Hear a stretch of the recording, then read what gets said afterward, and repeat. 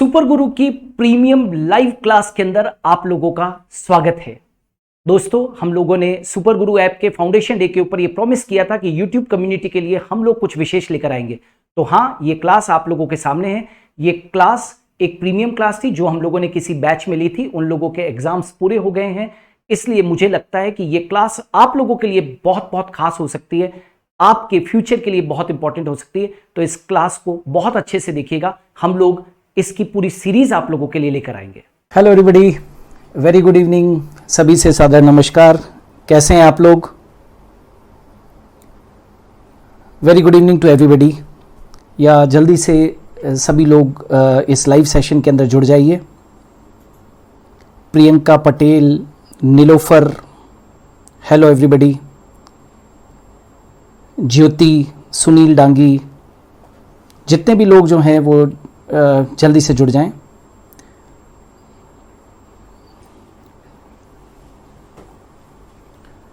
या गीता, भावना, निधि, Sukhendra Gupta, hello everybody. Jitendra Kumawat, Iram Khan, Ghanshyam, सभी से नमस्कार। लाइव सेशन के अंदर स्वागत। आज हम लोग लाइव सेशन के अंदर जिस टॉपिक को डिस्कस करने वाले हैं वो एनिमल किंगडम के ऊपर है। बड़ा टॉपिक है, इम्पॉर्टेंट है। Sonam, hello. Meenu Verma, good evening. Sulekha, very good evening. Hargovind Yadav, good evening. Sukhai P D, good evening. Jyoti, hello everybody. Neha, Sangeeta, Sunil, Jaya, Maya, everybody good evening. कैसे हैं आप लोग सभी? अच्छी चल रही है पढ़ाई करते रहें, विश्वास रखें अपने ऊपर। या घनश्याम, हेलो। डिम्पल, सोनम, नीलम चौरसिया, ओके, सभी से गुड इवनिंग। किसी का यदि मैंने नाम नहीं भी लिया है तो सभी से एक बार नमस्कार। और दोस्तों, जैसा कि आप लोग जानते हैं कि आज की क्लास लाइव सेशन के अंदर हम लोग जो टॉपिक डिस्कस करने वाले हैं वो है एनिमल किंगडम के ऊपर। और एनिमल किंगडम बड़ा टॉपिक है। कुछ हम लोग इम्पॉर्टेंट चीज़ें डिस्कस करेंगे यहाँ पर। और होप सो आप लोगों की पढ़ाई अच्छी चल रही होगी। जितने भी जो नए जिन्होंने अभी रिसेंटली ज्वाइन किया है वो भी आज कुछ लोग लाइव सेशन के अंदर जुड़े होंगे। कुछ लोग पुराने भी हैं, उन्होंने पहले की लाइव सेशंस भी ज्वाइन किए होंगे। अब हम लोग जैसे जैसे आपके एग्ज़ाम्स पास में आ रहे हैं तो थोड़ा सा पेशेंस रखिएगा।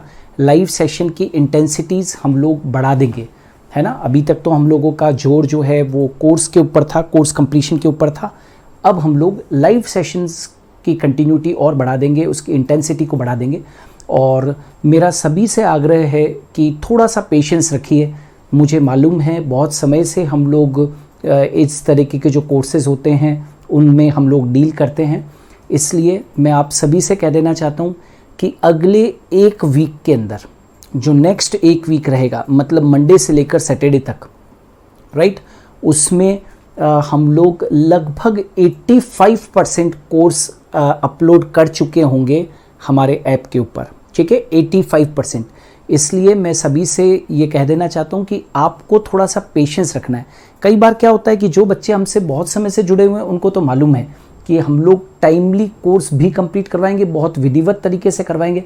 देखिए, हमको दूसरे ऐप्स की तरह हमको घास नहीं काटनी है, हमको पेरिफेरल स्टडीज़ नहीं करवानी है, हमको डीप स्टडीज़ करवानी है, हमको आपके सिलेक्शंस करवाने हैं, ठीक है ना। इसलिए अगले एक वीक के अंदर मंडे से लेकर सैटरडे तक हम 85% आपका कोर्स कंप्लीट कर देंगे। So have patience, right. और थोड़ा सा अभी अपनी जो सेल्फ स्टडी है उसको भी आप लोग बढ़ाइए। हम लोग आपको और भी अभी गाइड करेंगे, लेकिन अभी हम लोग एक बार के लिए टॉपिक को शुरू करते हैं। लास्ट में हम लोग कुछ और गाइडेंस के बारे में भी बात करेंगे कि किस तरीके से एग्ज़ाम को अपने को क्रैक करना है। ऑलराइट, सो एक बार अंश, सागर, दीपा, राइट, निशा, बायोलॉजी क्लासेस, विजय महाजन, तनु, अविता, राइट, सभी का स्वागत। सो स्टार्ट करते हैं आज आपका लाइव सेशन। आज का जो लाइव सेशन है एनिमल किंगडम के ऊपर है। आपको इस एनिमल किंगडम को कैसे पढ़ना चाहिए, आपको एनिमल किंगडम को पढ़ने के लिए मैंने आपको एनिमल किंगडम पूरा डिटेल के अंदर बेसिक फीचर्स वाले पूरे आपको वो पढ़ाए हैं। इंडिविजुअल मेंबर्स जो हैं वो सारे पढ़ाएं। हो सकता है शायद एक दो इंडिविजुअल मेंबर्स जो हैं वो ड्यू हैं, 2-3 इंडिविजुअल मेंबर्स, वो भी हम लोग शीघ्र अतिशीघ्र उसको भी डाल देंगे। और उनके जो की पॉइंट्स आएंगे उनको भी बहुत अच्छे। पढ़ने का तरीका क्या है, मैंने जैसा जैसा आप लोगों को रिकॉर्डेड वीडियोस के अंदर, लेक्चर्स के अंदर पढ़ाया है, आपको उसको देखना है। आपको जो PDF नोट्स हम लोग करते हैं उसको आप लोग या तो प्रिंट आउट करवा लीजिए, या हाथ से नोट्स बनाने का समय है तो नोट्स बना लीजिएगा। जो हम लोग लाइव सेशन ले रहे हैं वो लाइव सेशन बहुत अच्छे से कर लीजिए। हमारे ऐप के अंदर जो हम लोग DPPs डालते हैं, डेली प्रैक्टिस प्रॉब्लम्स, वो बहुत अच्छे से कर लीजिएगा। और यदि मेरी बुक्स है किसी के पास में, एनिमल किंगडम वाला वॉल्यूम फर्स्ट होगा आप लोगों के पास में, कई लोगों के पास में मॉड्यूल, तो वो मॉड्यूल अच्छे से आप लोग कर लीजिएगा। ठीक है, ये पढ़ने का तरीका है। बस जैसा मैंने कहा है इतना कर लीजिए, एक भी क्वेश्चन बाहर से नहीं आएगा, थोड़ा सा विश्वास करिएगा, है ना। नए व्यूअर्स हैं उनको मैं बता रहा हूँ, बाकी तो हमारे जो हज़ारों लाखों बच्चे जो हैं जो सेलेक्ट हुए हैं, हम लोग समय समय पे उनके टेस्टिमोनियल्स डालते रहते हैं यूट्यूब के ऊपर। बहुत सारे टेस्टिमोनियल्स होते हैं, सारे तो हम लोग डाल नहीं सकते हैं, लेकिन जितने भी टेस्टिमोनियल्स आपके क्षेत्र के बच्चे जो ऑलरेडी MP वर्ग में पहले से सेलेक्ट हुए हैं, उनके टेस्टिमोनियल्स हम लोग डालते रहते हैं यूट्यूब के ऊपर, उसको देखिए। बहुत सारे बच्चे सेलेक्ट होते आए हैं पहले से भी और होते रहेंगे, और आप भी सेलेक्ट होंगे, ऐसा विश्वास है मुझे। और आपको भी विश्वास रखना चाहिए अपनी तैयारी के ऊपर। खुद पे विश्वास करना सीखो। खुद पे यदि विश्वास रखोगे तो सिलेक्शन होगा। कन्फ्यूजन मत रखिए, पेशेंस रखिए। अगले एक सप्ताह के अंदर और अगले एक सप्ताह के अंदर 85% कोर्स कंप्लीट कर दूंगा, इसलिए बिल्कुल भी घबराने की जरूरत नहीं है। की पॉइंट्स, टेस्टिंग, लाइव सेशंस, अब इनकी बारी है कि हम लोग इनकी इंटेंसिटी बढ़ा देंगे। आप लोग भी स्टडीज को 7 से 8 घंटे रोजाना करना शुरू कर दें। स्वागत है सभी का। स्टार्ट करते हैं आज की क्लास एनिमल किंगडम के ऊपर। मेरे साथ के साथ चलिएगा, जवाब देना चाहें तो जवाब दीजिएगा चैट सेक्शन के अंदर, राइट। सो स्टार्ट करते हैं दोस्तों। सबसे पहला क्वेश्चन है आज का, संघ प्लेटीहेल्मिंथीज। एक संघ है प्लेटीहेल्मिंथीज, उसके ऊपर क्वेश्चन है जो बहुत बार अनेक परीक्षाओं के अंदर पूछा गया है, इसलिए मैंने उन्हीं क्वेश्चंस को शामिल किया है यहाँ पर आज के इस लाइव सेशन के अंदर, जो कि लगातार पूछे जाते हैं संघ प्लेटीहेल्मिंथीज में। और मेरे साथ के साथ चैट सेक्शन के अंदर आप लोग भी जवाब दे सकते हैं, मुझे अच्छा लगेगा आप लोग जवाब देंगे तो। उत्सर्जन एवं परासन नियमन से संबंधित संरचनाएं, प्लेटीहेल्मिंथीज के अंदर वो कौन से स्ट्रक्चर्स हैं जो कि एक्सक्रीशन और ऑस्मो रेगुलेशन से संबंधित है ना। यानी कि क्या कहा मैंने, एक्सक्रीशन और ऑस्मो रेगुलेशन से संबंधित रचनाएं कौन कौन सी क्या है। तो याद रखना, आप लोग जवाब देंगे। कुछ लोगों ने जवाब दिया है। यस, एनीबडी, किसने जवाब दिया है देखते हैं। सबसे पहला जवाब किसका आ रहा है भाई, किसने दिया है। Yes, anybody, flame cells. Okay, very good. Avita का आंसर आया है, सुखेंद्र का आंसर आया है, घनश्याम का आंसर आया है, गुड। सो दोस्तों आंसर क्या है, फ्लेम सेल्स। फ्लेम सेल्स बेटा इसको अपने कहते हैं ज्वाला कोशिकाएं, हिंदी के अंदर इनको ज्वाला कोशिकाएं कहते हैं। ज्वाला कोशिकाएं कहो या फ्लेम सेल्स कहो, राइट, या आप चाहें तो उसे सोलेनोसाइट्स कह सकते हो, है ना, सोलेनोसाइट्स भी कहते हैं। तो फ्लेम सेल्स या इनको हम लोग सोलेनोसाइट्स के नाम से भी जानते हैं। क्लियर है, तो ये चीज ध्यान रखिएगा। किस संघ के प्राणियों को समुद्री गूसबेरी यानी कि सी गूसबेरीज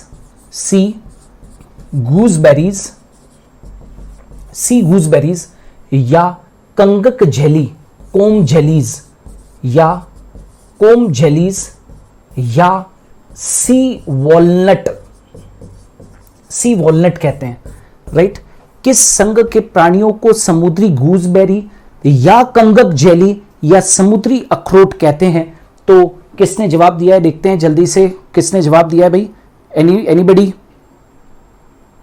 यस, कोई जवाब देना चाहता, गुड। कुछ लोगों का जवाब आया है, घनश्याम जी का आया है और भूपेंद्र का, रंजीत का और अविता का भी आंसर आया है, गुड, अच्छी बात है। टीनोफोरा फाइलम के जो मेंबर्स होते हैं, टीनोफोरा फाइलम के जो मेंबर्स होते हैं उनको हम लोग क्या कहते हैं, सी गूसबेरी, समुद्री गूसबेरी या कोम जेलीज या समुद्री अखरोट के नाम से जानते हैं। लासो कोशिकाएं किस संघ की विशेषता, आप में से कोई भी बताएं। लासो कोशिकाएं, एनीबडी ऑफ यू, लासो कोशिकाएं लासो कोशिकाएं जो है वो शिकार को पकड़ने के लिए में सहायता करती है, शिकार को पकड़ने में सहायक, शिकार को पकड़ने में सहायक, और शिकार को पकड़ने में जो सहायक ये जो कोशिकाएं लासो कोशिकाएं दोस्तों, ये किसके अंदर होती है? टीनोफोरा फाइलम के अंदर होती है। टीनोफोरा फाइलम माइनर फाइलम है, आपको मालूम होना चाहिए। टीनोफोरा फाइलम, देखता हूं मैं जवाब किस किसने दिया है। नहीं, कुछ बच्चों ने गलत जवाब दिया है। रुखसार ने दिया है जवाब हाइड्रा, गलत हो गया बेटा। रुखसार, उसमें तो नीडोब्लास्ट सेल्स होती है, वो सिलेंट्रेटा संघ से बिलोंग करता है, राइट। और हाँ, अब सही जवाब दिया है टीनोफोरा। यस, प्रियंका का भी आंसर सही है, घनश्याम का भी आंसर सही है, और हरगोविंद का भी आंसर सही है, टीनोफोरा से संबंधित है। सो याद रखना, लासो कोशिकाएं टीनोफोरा की विशेषता है, शिकार को पकड़ने में सहायता करती है। आगे बढ़ते हैं। हाइड्रा व एडमासिया में वेरी वेरी इंपॉर्टेंट, बहुत बहुत इंपॉर्टेंट है। हाइड्रा और एडमासिया के अंदर याद रखिएगा, हाइड्रा और एडमासिया में कौन सा शरीर स्वरूप पाया जाता है? हाइड्रा और एडमासिया दोनों ही आप लोग जानते हैं सिलेंट्रेटा संघ के प्राणी हैं, और आपको मालूम है सिलेंट्रेटा संघ के अंदर दो स्वरूप पाए जाते हैं, दो स्वरूप पाए जाते हैं, दो लाइफ फॉर्म्स पाए जाते हैं। एक का नाम है पॉलिप, एक का नाम है मेडुसा। तो हाइड्रा और एडमासिया के अंदर, हाइड्रा और एडमासिया के अंदर कौन से शरीर स्वरूप पाए जाते हैं? एनीबडी? यस, अविता, गीता, सुलेखा, घनश्याम जी का और रंजीत का आंसर बिल्कुल सही है। हाइड्रा और एडमासिया में जो शरीर स्वरूप पाया जाता है वो पॉलिप होता है। याद रखिएगा, ये जो पॉलिप होता है वो सेसाइल होता है, यानी कि स्थानबद्ध होता है। ये सेसाइल होता है, स्थानबद्ध होता है, और साथ के साथ जो है वो कैसा होता है? सिलेंड्रिकल फॉर्म होता है दोस्तों। सिलेंड्रिकल यानी कि ये कैसा है? बेलनाकार, बेलनाकार स्वरूप होता है। क्लियर है? तो हाइड्रा व एडमासिया में कौन सा शरीर स्वरूप पाया जाता है यदि पूछते हैं? It's very important, right. थोड़ा सा सर के ऊपर विश्वास करना, क्वेश्चंस इसी तरीके के आते हैं, आप और हम जो डिस्कस करते हैं उसी तरीके के आते हैं, खूब बहू वैसे के वैसे क्वेश्चंस आते हैं। बस जैसा जैसा हम लोग पढ़ा रहे हैं वैसा वैसा पढ़ते जाइए, ये क्लासेस आपको याद आएगी, राइट, कि इस तरीके की क्लासेस में हमने क्या क्या डिस्कस किया था, वैसे ही क्वेश्चंस आएंगे, है ना। Have trust. हाइड्रा और एडमासिया में कौन सा शरीर स्वरूप पाया जाता है? तो पॉलिप स्वरूप पाया जाता है। बहुत सारे बच्चों ने बिल्कुल सही जवाब दिया है। अशोक ने, मातादीन ने, अविता ने, विजय ने, गुड। इरम ने, नीतू ने, सभी ने, मेघा ने, गुड। नाउ ओरिलिया या जेलीफिश, ओरिलिया या जेलीफिश में कौन सा शरीर स्वरूप पाया जाता है? तो ओरिलिया, ओरिलिया ध्यान रखिएगा, ओबिलिया नहीं, ओरिलिया के अंदर कौन सा पाया जाता है? तो मेडुसा स्वरूप पाया जाता है। ओरिलिया के अंदर, जेलीफिश के अंदर मेडुसा स्वरूप पाया जाता है। ये जो मेडुसा स्वरूप है दोस्तों, ये कैसा होता है? फ्री स्विमिंग होता है, मुक्त रूप से तैरने वाला होता है, मुक्त रूप से तैरने वाला होता है, और साथ के साथ ये कैसा होता है? अम्ब्रेला लाइक होता है, यानी कि छत्राकार होता है। ये स्वरूप जो है वो कैसा है? छत्राकार है। तो मेडुसा जो है वो ओरिलिया या जेलीफिश के अंदर जो शरीर स्वरूप पाया जाता है उसको हम लोग क्या कह देते हैं? We call it as Medusa, we call it as Medusa. तो यस, अविता सही है। अविता ने बताया कि मेडुसा स्वरूप पाया जाता है, राइट। ओरिलिया में मेडुसा स्वरूप, यस, अविता का आंसर सही है। सो अब ओबिलिया के अंदर ध्यान रखिएगा, ये ओरिलिया है, ये ओबिलिया। ओबिलिया में कौन सा स्वरूप पाया जाता है? तो इसमें यहाँ पर दोनों स्वरूप पाए जाते हैं, पॉलिप व मेडुसा। पॉलिप और मेडुसा दोनों स्वरूप पाए जाते हैं, राइट, दोनों स्वरूप पाए जाते हैं, राइट। इनके अंदर क्योंकि पीडी एकांतरण पाया जाता है, ओबिलिया के अंदर पीडी एकांतरण पाया जाता है दोस्तों। पीडी एकांतरण अभी बताऊंगा मैं, पीडी एकांतरण के बारे में भी एक प्रश्न आएगा, उसके अंदर ऑल्टरनेशन ऑफ जनरेशन पाया जाता है, और ओबिलिया के अंदर दोनों स्वरूप पाए जाते हैं, ठीक है। तो क्लियर है, पॉलिप एंड मेडुसा। यस, शीतल ने सही लिखा है, right right right, yes yes yes. तो पॉलिप और मेडुसा दोनों, पीडी एकांतरण पाया जाता है इसके अंदर, पॉलिप और मेडुसा दोनों स्वरूप पाए जाते हैं। तो एक बार पुनः बता दूं, हाइड्रा और एडमासिया के अंदर पॉलिप स्वरूप पाया जाता है दोस्तों, ये सेसाइल होता है और सिलेंड्रिकल होता है। ओरिलिया के अंदर मेडुसा स्वरूप पाया जाता है, ये फ्री स्विमिंग होता है और अम्ब्रेला लाइक होता है, फ्री स्विमिंग होता है और अम्ब्रेला लाइक होता है। ओबिलिया के अंदर पीडी एकांतरण पाया जाता है, पॉलिप और मेडुसा दोनों स्वरूप पाए जाते हैं, है ना। ये जो पीडी एकांतरण है किस तरीके का होता है, तो इसके ऊपर एक प्रश्न डाला है मैंने, very very important, very important. फिर मत कहना कि सर ने कहा नहीं था। मेटाजेनेसिस, मेटाजेनेसिस क्या है? मेटाजेनेसिस जो है वो क्या है? पीडी एकांतरण है। मेटाजेनेसिस का मतलब क्या होता है? पीडी एकांतरण, ऑल्टरनेशन ऑफ जनरेशन। क्या है ये? Alternation of generation, alternation of generation होता है। ऑल्टरनेशन ऑफ जनरेशन ये जो अभी जस्ट हमने कहा कि ओबिलिया के अंदर पाया जाता है, ओबिलिया के अंदर मेटाजेनेसिस आपको किस में देखने को मिलता है, ओबिलिया के अंदर। इसमें क्या होता है दोस्तों, पॉलिप से मेड्यूसा बनता है, और वो जो पॉलिप से मेड्यूसा बनता है वो क्या बनता है, एसेक्सुअली बनता है, एसेक्सुअली। और मेड्यूसा से जो पॉलिप बनता है वो क्या बनता है, सेक्सुअली बनता है। ठीक है, पॉलिप से मेडुसा भूलना मत, भूल गए तो वहां से प्रश्न आएगा। पॉलिप से मेडुसा एसेक्सुअली बनता है। एसेक्सुअली मतलब दोस्तों किसमें, अलैंगिक जनन के द्वारा, अलैंगिक जनन के द्वारा। और मेडुसा से पॉलिप जो बनता है वो किसके द्वारा, लैंगिक जनन के द्वारा। तो पॉलिप से मेडुसा एसेक्सुअली और मेडुसा से पॉलिप सेक्सुअली। क्लियर है। मेटाजेनेसिस जो ये ओबिलिया में पाया जाता है इसको अपने पीडी कांथन कहते हैं। पॉलिप से मेडुसा, मेडुसा से पॉलिप। मेरे ख्याल से बहुत सारे स्टूडेंट्स को ये चीज क्लियर हो गई होगी। ये सुनील लिख रहे हैं कि पॉलिप एसेक्सुअल और फिर सेक्सुअल। क्लियर है, बिल्कुल। आगे बढ़ सकते हैं। नाउ वेरी इंपॉर्टेंट, हम लोग वही चीजें यहां पर शामिल कर रहे हैं जो लाइव सेशन के अंदर जो बहुत बहुत इंपॉर्टेंट है, ताकि आपका एक क्विक रिवीजन हो जाए। ठीक है, नीडोप्लास्ट कोशिकाएं की उपस्थिति किस संघ की विशेषता है, जल्दी से हाथ चलाइए। मैं आपके एक्टिवनेस भी देखना चाहता हूं कि कितने हैं। तो यस, गुड, सुलेखा का आंसर आ गया है। हाइड्रा नहीं, संघ पूछा है बेटा, संघ पूछा है। नीडोब्लास्ट कोशिकाएं की उपस्थिति किस संघ की विशेषता है, तो आप कहोगे सिलेंट्रेटा। या तो वहां पर ऑप्शन में होगा सिलेंट्रेटा, या तो ऑप्शन के अंदर होगा सिलेंट्रेटा, या फिर सिलेंट्रेटा का नया नाम होगा निडेरिया। ठीक है ना, याद रखना। नीडोब्लास्ट कोशिकाएं संपूर्ण जंतु जगत के अंदर, पूरे के पूरे जंतु जगत के अंदर केवल एक ही ऐसा संघ है जिसके अंदर की ये विशेष कोशिकाएं पाई जाती है, जिसको कि हम नीडोब्लास्ट कोशिकाएं कहते हैं। ये शिकार को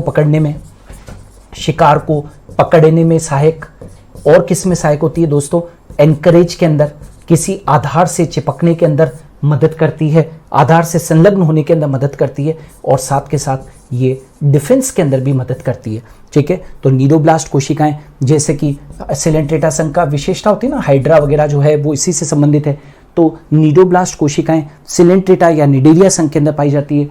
ये शिकार को पकड़ने में सहायता करती है, ये एंकरेज, किसी आधार से संलग्न होने के अंदर जीव को मदद करती है, और साथ के साथ डिफेंस, शारीरिक सुरक्षा के अंदर भी ये क्या करती है, मदद करती है। क्लियर है। ग्लासो कोशिकाएं थी टीनोफोरा के अंदर, नीडोब्लास्ट कोशिकाएं हैं किसके अंदर, संघ सिलेंट्रेटा के अंदर।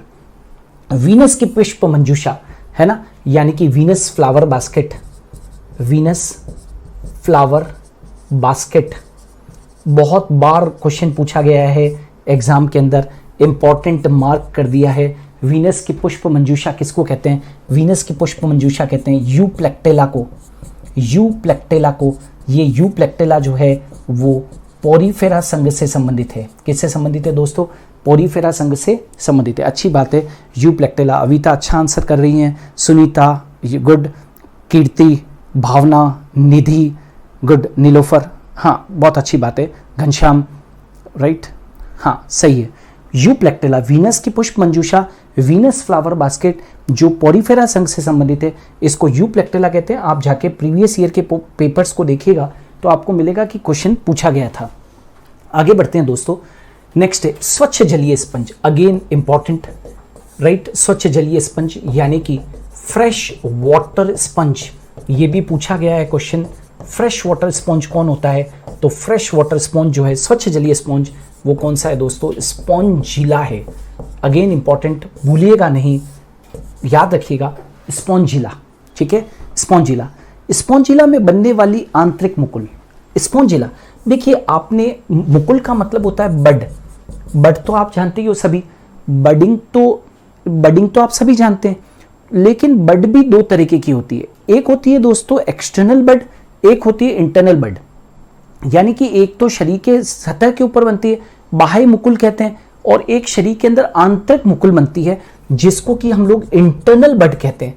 तो मैंने क्वेश्चन पूछा है कि स्पॉन्जिला के अंदर एक बड बनती है, उस बड को क्या कहते हैं, कौन बता रहा है? Yes come on anybody. Spongilla के अंदर बनने वाली मुकुल को क्या कहते हैं? कोई भी नहीं अभी तक। अरे यार आना चाहिए। गुड गुड गुड, अच्छी बात है। सोनम ने जवाब दिया है सबसे पहले, घनश्याम जी ने आधा जवाब दिया है, सुनील ने भी जवाब दिया है, सरोज ने जवाब दिया है, उमा ने, अच्छी बात है, आई एम हैप्पी कि आप लोग पढ़ रहे हो। स्पॉन्जिला में बनने वाली दोस्तों बिल्कुल सही जवाब है, काफ़ी लोगों ने जवाब दिया है, और उसको बोलते हैं जेम्यूल कहते हैं, जेम्यूल, हिंदी में भी उसको वही कहते हैं। बाथ स्पंज, ये भी फिर इंपॉर्टेंट है, कभी भी पूछ सकते हैं कि बाथ स्पंज किसको कह देते हैं, तो पॉरीफेरा संघ से संबंधित है, और बाथ स्पंज किसको बोलते हैं, यू स्पॉन्जिया को कहते हैं। यू स्पॉन्जिया को हम लोग क्या कह देते हैं, we call it as bath sponge, है ना। बाथ स्पंज किसको कहेंगे, राइट, यू स्पॉन्जिया को, पॉरीफेरा संघ का प्राणी है। हाँ, कुछ लोगों ने जवाब दिया है।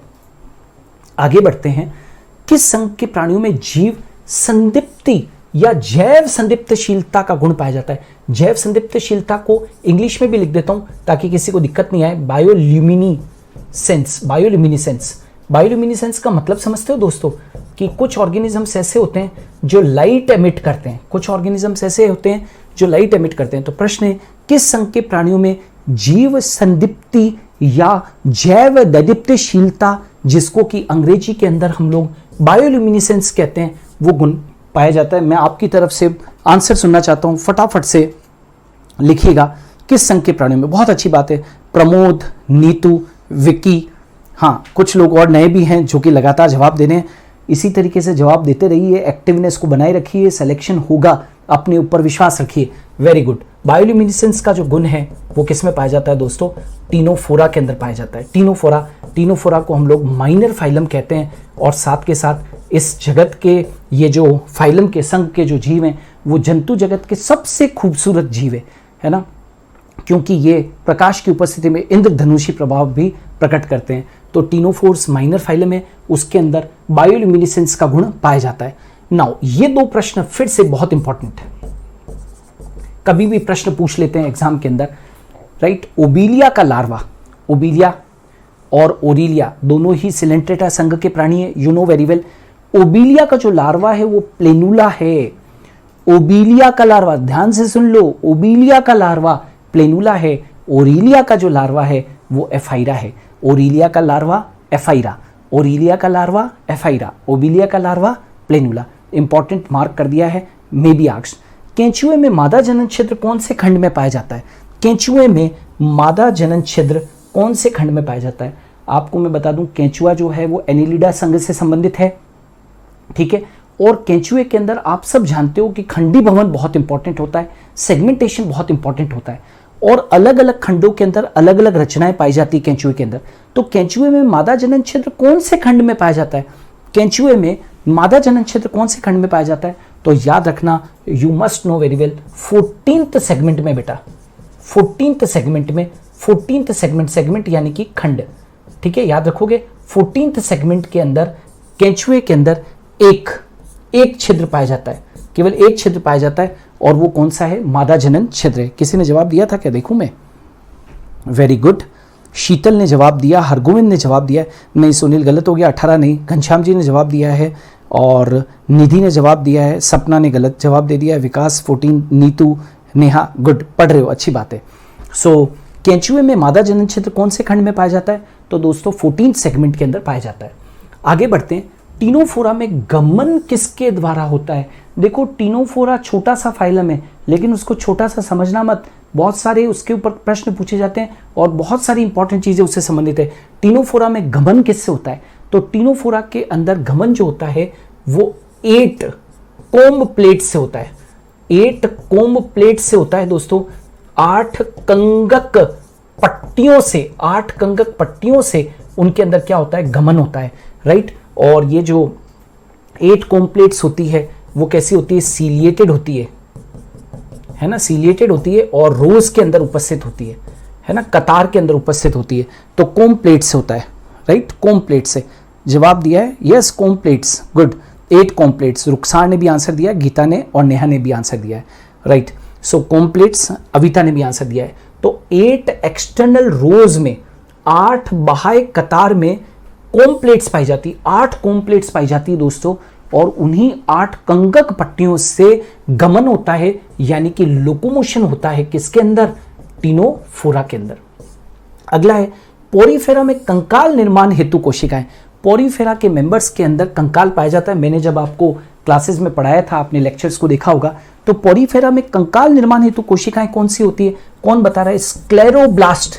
कौन सी होती है दोस्तों? स्क्लेरोब्लास्ट कोशिकाएं होती है। स्क्लेरोब्लास्ट। एक और होती है स्पॉन्जियोब्लास्ट। स्पॉन्जियोब्लास्ट, ठीक है, स्पॉन्जियोब्लास्ट कोशिकाएं या स्क्लेरोब्लास्ट कोशिकाएं, ये दोनों ही कंकाल निर्माण हेतु आवश्यक होती है।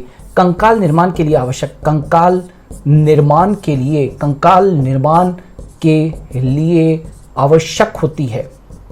राइट? क्वेश्चन क्या था? Which cells found in Porifera are important for the formation of skeleton. इनके अंदर स्केलेटन फॉर्मेशन के लिए कौन इंपॉर्टेंट होती है? तो स्क्लेरोब्लास्ट और स्पॉन्जियोब्लास्ट इंपॉर्टेंट होती है। पोरीफेरा में पूर्ण शक्त कोशिकाएं, yes very important, totipotent cells. Totipotent cell, पोरीफेरस के अंदर कौन सी कोशिकाओं को पूर्ण शक्त कोशिकाएं कहते हैं? पूर्ण शक्त कोशिकाओं का मतलब समझते हो? ऐसी कोशिका जो कुछ भी बना दे, कोई भी सेल बना दे, कोई भी टिश्यू बना दे, कोई भी ऑर्गन बना दे, ऐसी सेल्स को हम लोग क्या कह देते हैं? टोटीपोटेंट सेल्स कह देते हैं। याद रखिएगा दोस्तों, पोरीफेरा के अंदर जो पूर्ण शक्त कोशिकाएं होती है उनको हम लोग आर्कियोसाइट्स कहते हैं। आर्कियोसाइट्स। कभी भी प्रश्न पूछ सकते हैं, वेरी इंपॉर्टेंट। सर ने तुमसे वादा कर दिया तो कर दिया, प्रश्न इसी तरीके के आते रहे हैं, आते रहेंगे। ठीक है। सो पोरीफेरा में पूर्ण शक्त कोशिकाएं, पोरीफेरा के अंदर जो पूर्ण शक्त कोशिकाएं होती है, टोटीपोटेंट सेल्स होती है, जो किसी भी सेल को, किसी भी टिश्यू को, किसी भी ऑर्गन को बना सकती है, उनको हम लोग क्या कह देते हैं? आर्कियोसाइट्स के नाम से उनको जानते हैं। आगे बढ़ सकते हैं। चलिए नेक्स्ट अगला बढ़ते हैं प्रश्न पे। सीडिपिड लार्वा। सीडिपिड लार्वा किस संघ की विशेषता है? कई लोगों को पूरा फाइलम पढ़ लेते हैं दोस्तों, लेकिन लार्वा का नाम मालूम नहीं होता है। कई बार लार्वा के ऊपर भी प्रश्न पूछे गए। सीडिपिड लार्वा किसकी विशेषता है? तो ये टीनोफोरा, जो अपना माइनर फाइलम था, टीनोफोरा, टीनोफोरा फाइलम से संबंधित, टीनोफोरा फाइलम से संबंधित जो लार्वा है वो कौन सा है? सीडिपिड लार्वा है, भूलना नहीं। कूट देहगुआ, कूट देहगुआ समझते हो? स्यूडोसिलोम, स्यूडोसिलोम, राइट, स्यूडोसिलोम समझते हो? कूट देहगुआ, ऐसी देहगुआ जो मेसोडर्म के द्वारा आस्तरित न रहे, जो मेसोडर्म के द्वारा आस्तरित नहीं होती है, ऐसी देहगुआ को हम लोग कूट देहगुआ कहते हैं। यानी कि फॉल्स कैविटी, फॉल्स कैविटी या स्यूडोसिलोम ऐसी कैविटी होती है which is not lined by mesoderm. कूट देहगुआ किस संघ के प्राणियों में पाई जाती है? तो याद रखना, कूट देहगुआ जिस संघ के प्राणियों में पाई जाती है दोस्तों, एस्की हेलमिंथीज। कौन सी होती है? एस्की हेलमिंथीज होती है। एस्की हेलमिंथीज जानते हो ना, वो जो एस्की हेलमिंथीज फाइलम है, कौन सा वाला? अपना राउंड वॉर्म वाला जो फाइलम था, है ना, राउंड वॉर्म यानी कि गोल कृमि वाला जो अपना फाइलम था, राइट, उसमें क्या पाई जाती? कूट देहगुआ। वेरी इंपॉर्टेंट, फिर से मार्क कर रहा हूं, ये प्रश्न जो यहां पर शामिल किए गए हैं वो अति महत्वपूर्ण प्रश्न है। इन प्रश्नों को आप लोगों को करना ही करना है। रोजाना प्रश्नों को करते रहिए। डीपीपी जैसे भी लाइव सेशन के अंदर जितने भी प्रश्न करोगे, जितने ज्यादा प्रश्न करोगे, उतना ज्यादा कॉन्फिडेंस आएगा। कई लोगों ने मेरी टेस्ट सीरीज भी अभी ज्वाइन कर रखी है। ऐप के अलावा भी कई लोगों ने टेस्ट सीरीज ज्वाइन कर रखी है, जिसमें कि हम लोगों ने 30 पेपर और 3000 प्रश्नों का समावेश किया है, जिसमें कि बाइलिंगुअल हम लोगों ने क्वेश्चंस दिए हैं। बहुत सारे लोगों ने टेस्ट सीरीज भी ले रखी है, उनसे भी प्रैक्टिस कर रहे हैं बच्चे। अपने कॉन्फिडेंस को बढ़ाते रहिए, उसी तरीके के प्रश्न एग्जाम के अंदर आएंगे। सो कूट देहगुआ किस संघ के प्राणियों में पाई जाती है? ASCII helminths. केंचुए में किस प्रकार की देहगुआ पाई जाती है? यानी कि पूछने की केंचुए के अंदर किस प्रकार की बॉडी कैविटी पाई जाती है? तो केंचुआ एनिलिडा संघ का प्राणी है। याद रखना, उनके अंदर ट्रूसिलोम पाई जाती है। ट्रूसिलोम, वास्तविक देह गुहा, वास्तविक देह गुहा पाई जाती है। और दोस्तों उस वास्तविक देह गुहा को हम नाम देते हैं साइजोसील। क्या कहते हैं? साइजोसील देह गुहा। याद रखना, केंचुए में जो देह गुहा पाई जाती है, केंचुए में जिस प्रकार की देह गुहा पाई जाती है, उसको हम लोग वास्तविक देह गुहा ट्रूसिलोम कहते हैं, या साइजोसील के नाम से उसको जाना जाता है। क्लियर है? आगे बढ़े। कॉकरोच का उत्सर्जी अंग, कॉकरोच का उत्सर्जी अंग कौन सा है? कॉकरोच कौन से संघ से संबंधित है? आर्थ्रोपोडा। अब आर्थ्रोपोडा के अंदर तो बहुत सारे उत्सर्जी अंग होते हैं, लेकिन पर्टिकुलर कॉकरोच के अंदर जो उत्सर्जी अंग पाया जाता है वो कौन सी है? मेलपिजियन ट्यूब्यूल्स। कौन सी पाई जाती है भाई? मेलपिजियन ट्यूब्यूल्स पाई जाती है। मेलपिजियन नलिकाएं, मेलपिगी नलिकाएं, मेलपिगी नलिकाएं, ठीक है। कॉकरोच के अंदर जो उत्सर्जी अंग पाए जाते हैं वो कौन से हैं दोस्तों? मेलपिगी नलिकाएं हैं। इंपॉर्टेंट है, बहुत कॉमनली क्वेश्चन पूछा जाता है। केंचुए में किस प्रकार का उत्सर्जी अंग पाया जाता है? केंचुए में उत्सर्जी अंग, पर्टिकुलर केंचुआ एनिलिडा संघ से संबंधित है, तो केंचुए के अंदर कौन सा उत्सर्जी अंग पाया जाता है? तो याद रखो नेफ्रिडिया, नेफ्रिडिया पाया जाता है, जिसको हिंदी के अंदर हम लोग वृक्क के नाम से भी जानते हैं। हिंदी के अंदर हम क्या जानते हैं? उसको वृक्क के नाम से भी जानते हैं। केंचुए में जो उत्सर्जी अंग पाया जाता है, केंचुए में जिस प्रकार का जो उत्सर्जी अंग पाया जाता है वो कौन सा होता है? नेफ्रिडिया। ठीक है। एक प्रश्न, जनरल प्रश्न है जो बहुत बार पूछा जाता है कि कॉकरोच में मुखांग, मुखांग का मतलब होता है कि कॉकरोच के अंदर दोस्तों किस तरीके के माउथ पार्ट्स होते हैं? कौन बताएगा जल्दी से, कम ऑन। कॉकरोच में कैसे माउथ पार्ट्स होते हैं? तो biting and chewing type of mouth parts, biting and chewing type of mouth parts, biting and chewing type. काटने वाले व चबाने वाले मुखांग, क्या कहते हैं इनको? काटने वाले, काटने वाले व चबाने वाले मुखांग, चबाने वाले मुखांग पाए जाते हैं। काटने वाले व चबाने वाले मुखांग पाए जाते हैं। कॉकरोच के अंदर जिस प्रकार के जो मुखांग पाए जाते हैं दोस्तों, वो कौन से पाए जाते हैं? Biting and chewing type of mouth parts, काटने वाले व चबाने वाले मुखांग पाए जाते हैं। स्टार लगा देते हैं, प्रश्न पूछे गए हैं। कॉकरोच की शिशु अवस्था को क्या कहते हैं? यानी कि young stage of cockroach, young stage of cockroach या baby stage of cockroach. Cockroach की जो शिशु अवस्था होती है, आप सब जानते हैं कॉकरोच के अंदर निर्मोचन की क्रियाएं होती है, माउल्टिंग की क्रिया होती है, 12 निर्मोचन होते हैं, तब कहीं जाके एडल्ट कॉकरोच बनती है। तो फिर सवाल है कि कॉकरोच की जो शिशु अवस्था है, यंग स्टेज है, उसे हम क्या कहते हैं?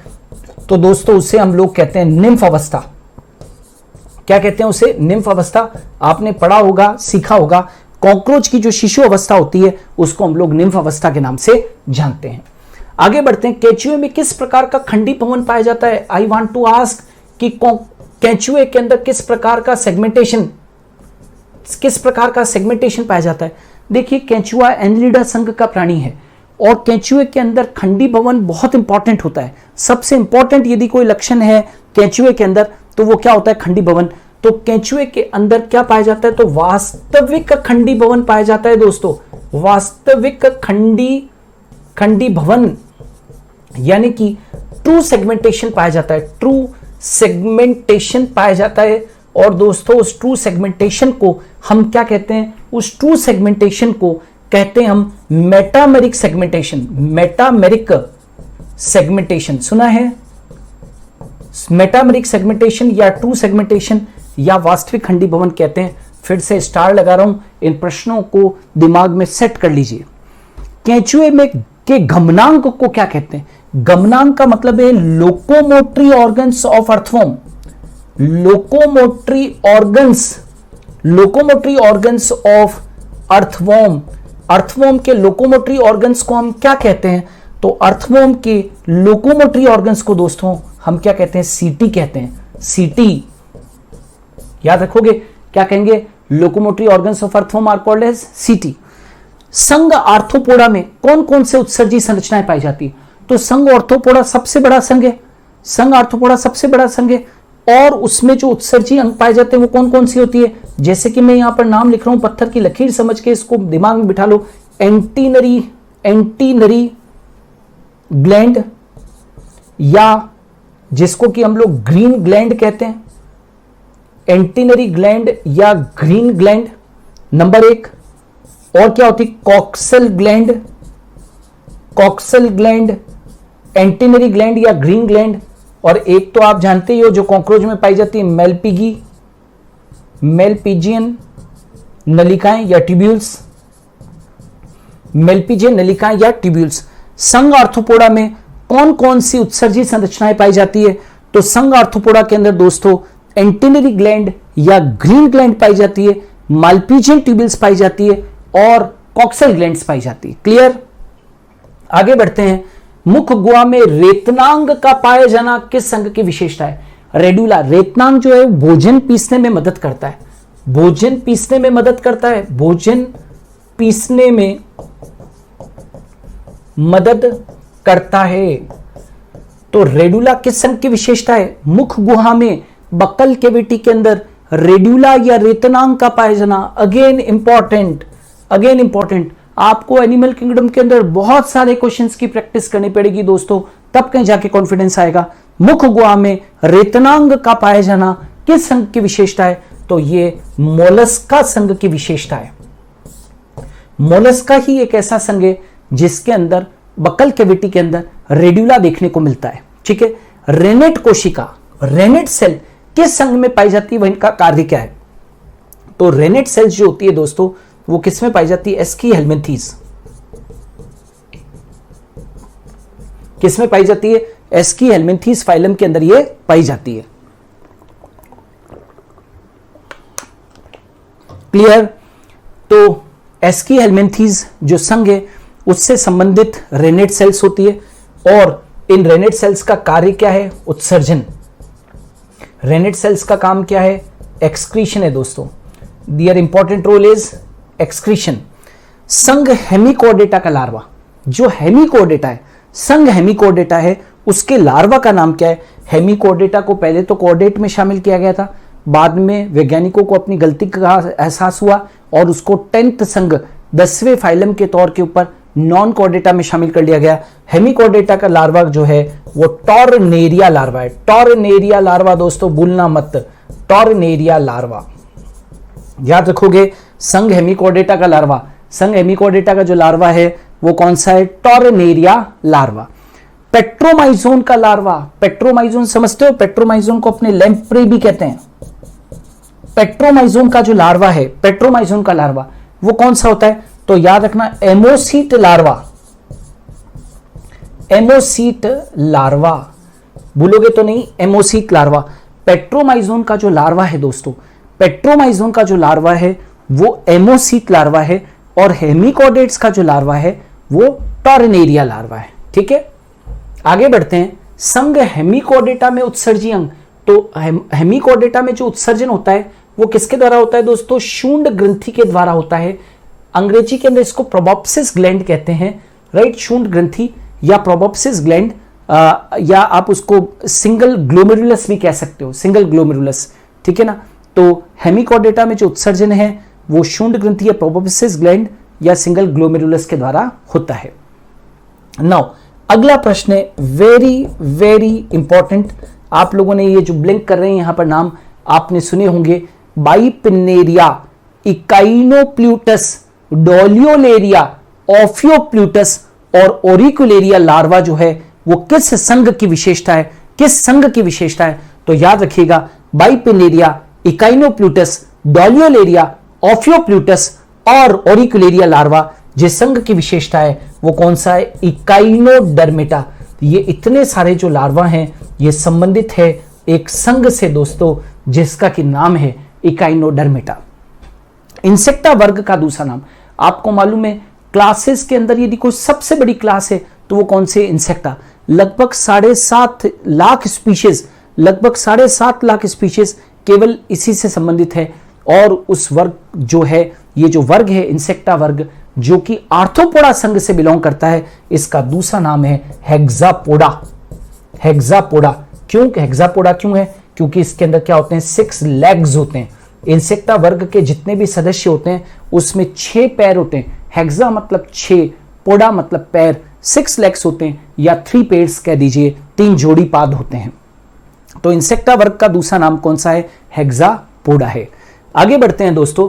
मोलस्का में परिसंचरण तंत्र, सर्कुलेटरी सिस्टम, मोलस्का के अंदर जो सर्कुलेटरी सिस्टम होता है, सर्कुलेटरी सिस्टम वो कैसा होता है? तो मोलस्का के अंदर जो सर्कुलेटरी सिस्टम होता है दोस्तों वो याद रखना ओपन टाइप का होता है। कैसा होता है? ओपन टाइप का होता है। ओपन टाइप मतलब कि खुले प्रकार का, खुले प्रकार का, खुले प्रकार का होता है। क्लियर? लेपिस्मा का सामान्य नाम, पहली बात तो ये बता दूं कि लेपिस्मा आर्थ्रोपोडा से संबंधित है। आर्थ्रोपोडा, और आर्थ्रोपोडा में भी जो इंसेक्टा क्लास है, आर्थ्रोपोडा के अंदर जो इंसेक्टा क्लास है, आर्थ्रोपोडा फाइलम की जो इंसेक्टा क्लास है उससे संबंधित है लेपिस्मा। और लेपिस्मा को हम लोग सिल्वर फिश के नाम से जानते हैं। सिल्वर फिश है ना? आपने देखा होगा कि माँ जो है वो घर में जब सर्दी चली जाती है तो गर्म कपड़ों को जब कबर्ड में या वापस कहीं किसी पेटी में रखती है तो उसके अंदर फिनोफ्थेलिन की बॉल्स, फिनाइल की गोलियां डाल के रखते हैं। वो इसलिए कि गर्म कपड़ों को ये सिल्वर फिश जो होती है, इतनी छोटे छोटे से कीड़े जैसे होते हैं, वो क्या कर देते हैं, खराब कर देते हैं। तो लेपिस्मा इंसेक्टा वर्ग से संबंधित है, आर्थ्रोपोडा फाइलम से संबंधित है, इसको हम लोग सिल्वर फिश के नाम से जानते हैं। कोइनोसाइट्स का अन्य नाम, कोइनोसाइट्स जो है वो पॉरीफर्स के अंदर पाई जाने वाली विशेष कोशिकाएं हैं। पॉरीफर्स के अंदर पाई जाने वाली विशेष कोशिकाएं कोइनोसाइट्स बहुत विशेष है। इनको दोस्तों हम लोग कोलर सेल्स के नाम से भी जानते हैं, कोलर सेल्स भी कहते हैं इनको। हम लोग क्या कह देते हैं, we call it as collar cells के नाम से इनको जाना जाता है। हेमिकोडेट्स में पाई जाने वाली नोटोकोड को क्या कहते हैं? हेमिकोडेट्स में, हेमिकोडेट्स के अंदर, हेमिकोडेट्स मतलब आधे कोडेट्स है ना, तो इसमें पाई जाने वाली नोटोकोड को क्या कहते हैं? तो बक्कल डाइवर्टिकुलम। क्या कहते हैं दोस्तों? Buccal diverticulum. बहुत important, very very important. Hemichordates के अंदर पाए जाने वाली नोटोकोड को क्या कहते हैं? तो बक्कल डाइवर्टिकुलम कहते हैं, या आप उसे स्टोमोकोड भी कह सकते हो। स्टोमोकोड भूलना नहीं, स्टोमोकोड या बक्कल डाइवर्टिकुलम के नाम से भी हम लोग इसको जानते हैं। सिलेंट्रेटा, सिलेंट्रेटा संघ, टीनोफोरा संघ और इकाइनोडर्म में किस प्रकार की सममिति पाई जाती है? What type of symmetry is found in the following phylum members, say for Coelenterata, Ctenophora and Echinodermata? तो you must know कौन सी सिमेट्री होती है दोस्तों? रेडियल सिमेट्री होती है। रेडियल सिमेट्री यानी कि अरीय सममिति पाई जाती है, अरीय सममिति पाई जाती है। क्लियर? नोटोकोड की उत्पत्ति, ओरिजिन, नोटोकोड की जो ओरिजिन हुआ है वो किस भ्रूणीय परत से हुआ है? एक्टोडर्म से, मेसोडर्म से या एंडोडर्म से?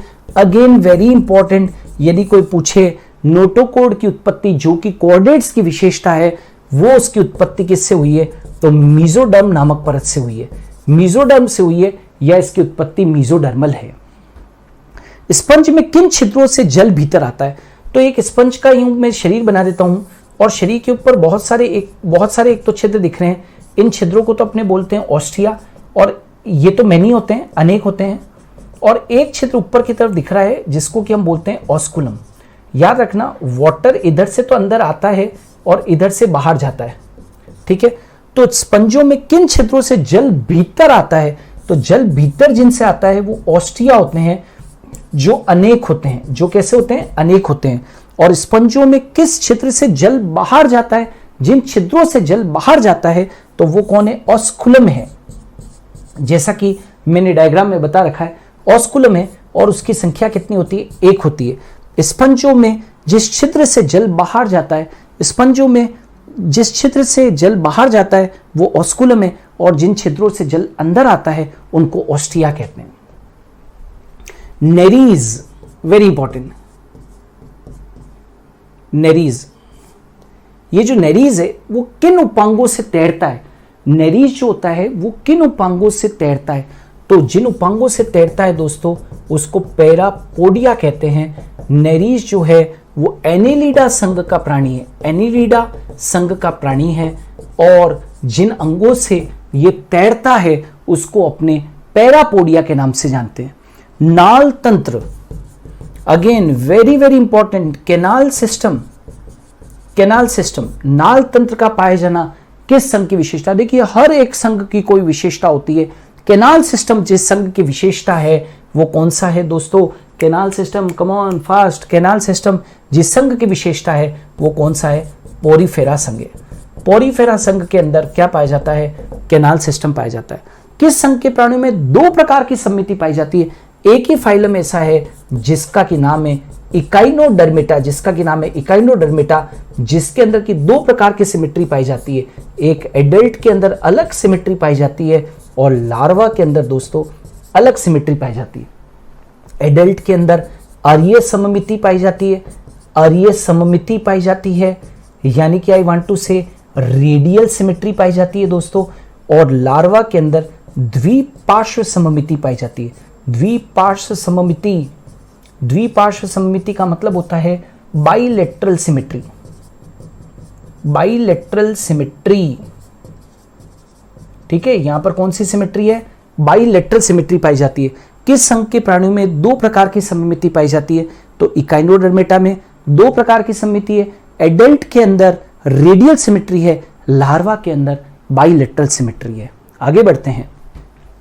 हेमिकोर्डेटा में परिसंचरण तंत्र का प्रकार, यानी कि अगेन सर्कुलेटरी सिस्टम इन हेमिकोर्डेट्स। हेमिकोर्डेट्स के अंदर किस प्रकार का परिसंचरण तंत्र पाया जाता है? तो हेमिकोर्डेट्स के अंदर जिनमें की परिसंचरण तंत्र का जो प्रकार है वो कैसा है? Open type. ओपन टाइप का मतलब होता है दोस्तों खुले प्रकार का परिसंचरण तंत्र। खुले प्रकार का परिसंचरण तंत्र, खुले प्रकार का परिसंचरण तंत्र पाया जाता है। कोर्डेट्स में किस प्रकार की देह गुहा पाई जाती है? तो वापस से देह गुहा के ऊपर प्रश्न है, तो ट्रू सिलोम पाई जाती है, मतलब वास्तविक देह गुहा पाई जाती है, वास्तविक देह गुहा।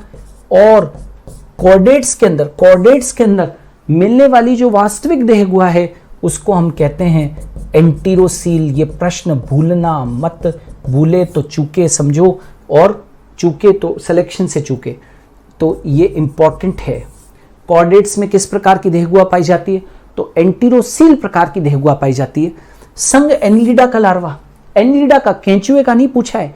केंचुआ भले ही एनिलिडा संघ का है लेकिन उसके अंदर कोई लार्वा नहीं होता है, लेकिन संघ एनिलिडा के अंदर लार्वा जरूर हो सकता है और उसका नाम है ट्रोकोफोर लार्वा। Trochophore larva. तो संघ एनिलिडा के अंदर जो लार्वा है, संघ एनिलिडा के अंदर जो लार्वा होता है वो कौन सा होता है दोस्तों? ट्रोकोफोर लार्वा होता है। संघ आर्थ्रोपोडा का लार्वा, अब आर्थ्रोपोडा से भी संबंधित बहुत सारे लार्वा है, जैसे नॉप्लियस, जैसे कि जोइया, जैसे कि metazoea. Is it clear? Zoea, metazoea and nauplius. Zoea, metazoea and nauplius. संघ आर्थ्रोपोडा का जो लार्वा है वो कौन से तीन प्रकार के लार्वा हो सकते हैं? नॉप्लियस हो सकता है, जोइया हो सकता है और कौन सा हो सकता है? मेटाजोइया। फेशियोला का सामान्य नाम, एक्चुअली जो फेशियोला हिपेटिका है वो पूछ रहा है कि फेशियोला हिपेटिका ये जो है ये तो पूरा जूलॉजिकल नेम है, तो फेशियोला का सामान्य नाम क्या है? तो फेशियोला को हम लोग लिवर फ्लूक के नाम से जानते हैं।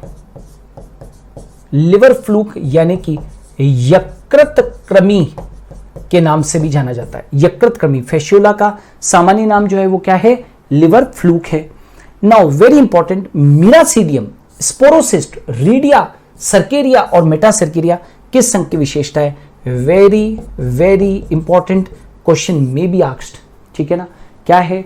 मिरासीडियम, स्पोरोसिस्ट, रीडिया, सर्केरिया, मेटासर्केरिया, ये किस संघ की विशेषता है दोस्तों?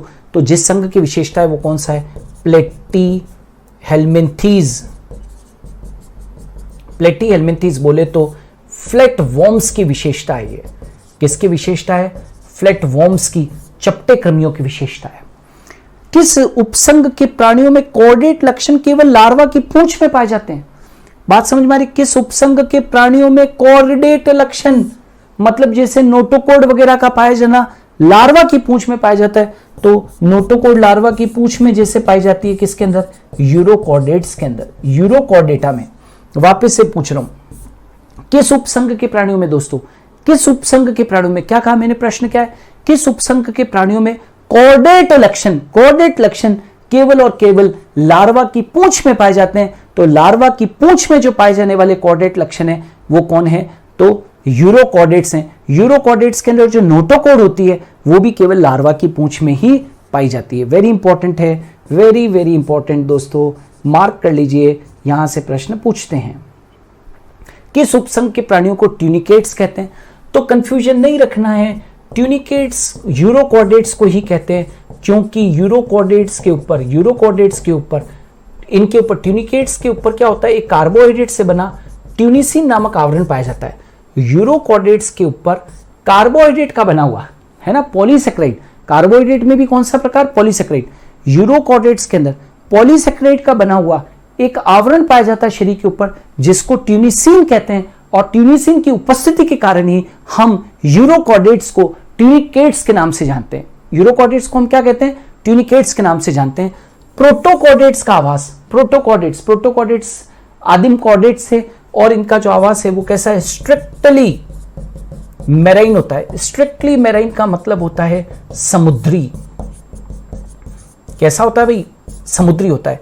प्रोटोकॉर्डेट्स का जो आवास है स्ट्रिक्टली कैसा होता है, मैराइन होता है। प्रोटोकॉर्डेट्स का आवास कैसा है, मैराइन है। प्रतिगामी कायांतरण, very very important, very important, retrogressive metamorphosis, ये बहुत इंपॉर्टेंट है। मेटामॉर्फोसिस, कई लोग इसको नजरअंदाज कर देते हैं, भूलना नहीं है। रेट्रोग्रेसिव मेटामॉर्फोसिस का मतलब होता है larva is more advanced than adult. Larva more advanced than adult, मतलब बात समझ में आ रही है।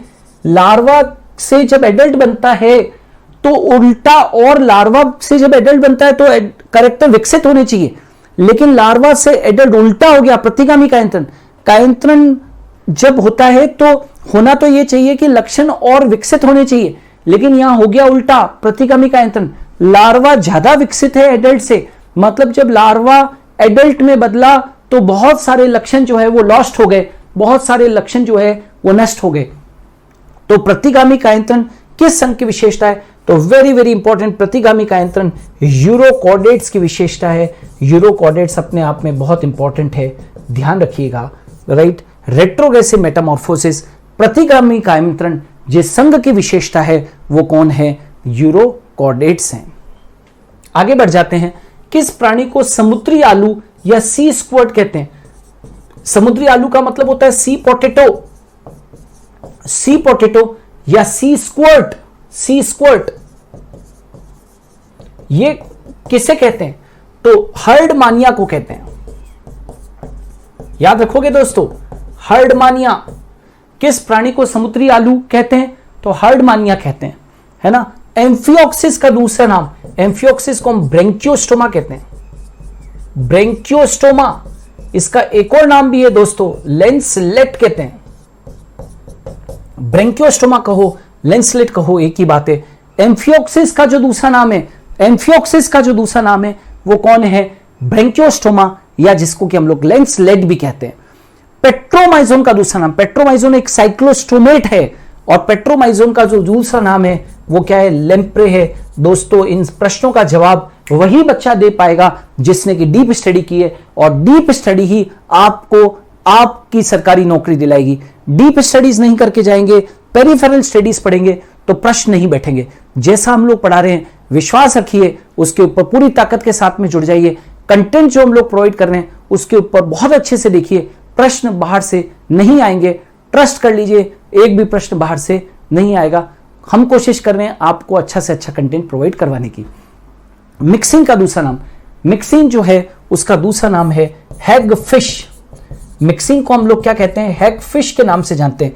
मिक्सिंग का जो दूसरा नाम है वो हैगफिश है, और पेट्रोमाइजोन का जो दूसरा नाम है वो क्या है, लेम्प्रे है। आगे बढ़ते हैं, बिना रुके हुए, बिना थके हुए, आप लोगों को भी मेरे साथ में आगे बढ़ना है।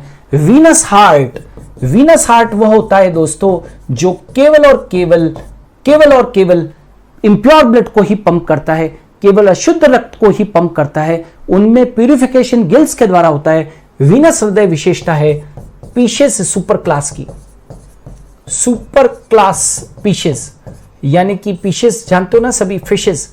तो अधिवर्ग, जो अधिवर्ग सुपर क्लास बोले तो अधिवर्ग, अधिवर्ग पीशेस के अंदर जो हृदय होता है वो वीनस हृदय होता है। वीनस हृदय वह होता है जो केवल और केवल इंप्योर ब्लड को ही क्या करता है, पंप करता है। क्लियर है। कुत्ता मछली, वेरी इंपॉर्टेंट, बहुत कॉमन क्वेश्चन। कुत्ता मछली जिसको कि स्कोलियोडोन कहते हैं हम लोग, क्या कहते हैं, scoliodon. Dog fish, dog fish, dog fish किसको कहते हैं भैया, स्कोलियोडोन को कहते हैं। कॉन्ड्रोकिथीस के अंदर, कॉन्ड्रोकिथीस का मतलब होता है कार्टिलेजिनियस फिश, कार्टिलेजिनियस फिश। दोस्तों कंफ्यूजन मत रखना, कार्टिलेजिनियस फिश मतलब कि उपास्थल मछली। उपास्थल मछली के अंदर शल्कों का प्रकार कैसा होता है, तो उपास्थल मछली के अंदर जो शल्कों का प्रकार होता है, भूलना मत, प्लेकोइड शल्क, यानी कि प्लेकोइड स्केल पाए जाते हैं दोस्तों। प्लेकोइड स्केल क्या पाए जाएंगे, प्लेकोइड स्केल। अच्छा बोल रहे हैं आप लोग, अच्छा, प्लेकोइड, गुड। सुषमा का आंसर मेरे सामने है, शिशुपाल का आंसर है, ज्योति का आंसर है, सुधा। वेरी गुड, आप लोग अच्छा पढ़ रहे हो। I am happy, deep studies कर रहे हो। बाकी जो लोग जवाब नहीं भी दे रहे हैं वो लोग भी एक्टिवली पार्टिसिपेट करें, आपको मजा आएगा। राइट, चलिए आगे बढ़ते हैं। विद्युत रे, हाँ मेरे बोलने से पहले ही सबसे पहला जो है वो शीतल ने लिख दिया है और अविता ने भी लिख दिया है। राइट, गुड अविता, शीतल, गुड गोइंग। इसी तरीके से बढ़ते रहिए, आपका सिलेक्शन होगा। इसी तरीके से पढ़ते रहेंगे। गीता, सपना, विद्युत रे, इसको हम बोलते हैं इलेक्ट्रिक रे को टॉर्पिडो कहते हैं दोस्तों। We call it as torpedo. विद्युत रे को हम क्या बोलते हैं? टॉर्पिडो। गुड नीलोफर, अच्छा है, ठीक है। आगे बढ़ते हैं। एम्पुला ऑफ लोरेंजिनी है ना, ये एम्पुला ऑफ लोरेंजिनी जो है वो किसमें पाई जाती है? कार्टिलेजिनियस। कार्टिलेजिनियस फिशेस के अंदर पाया जाता है दोस्तों। उपास्तिल मछलियों में पाया जाता है। उपास्तिल मछलियों में पाया जाता है।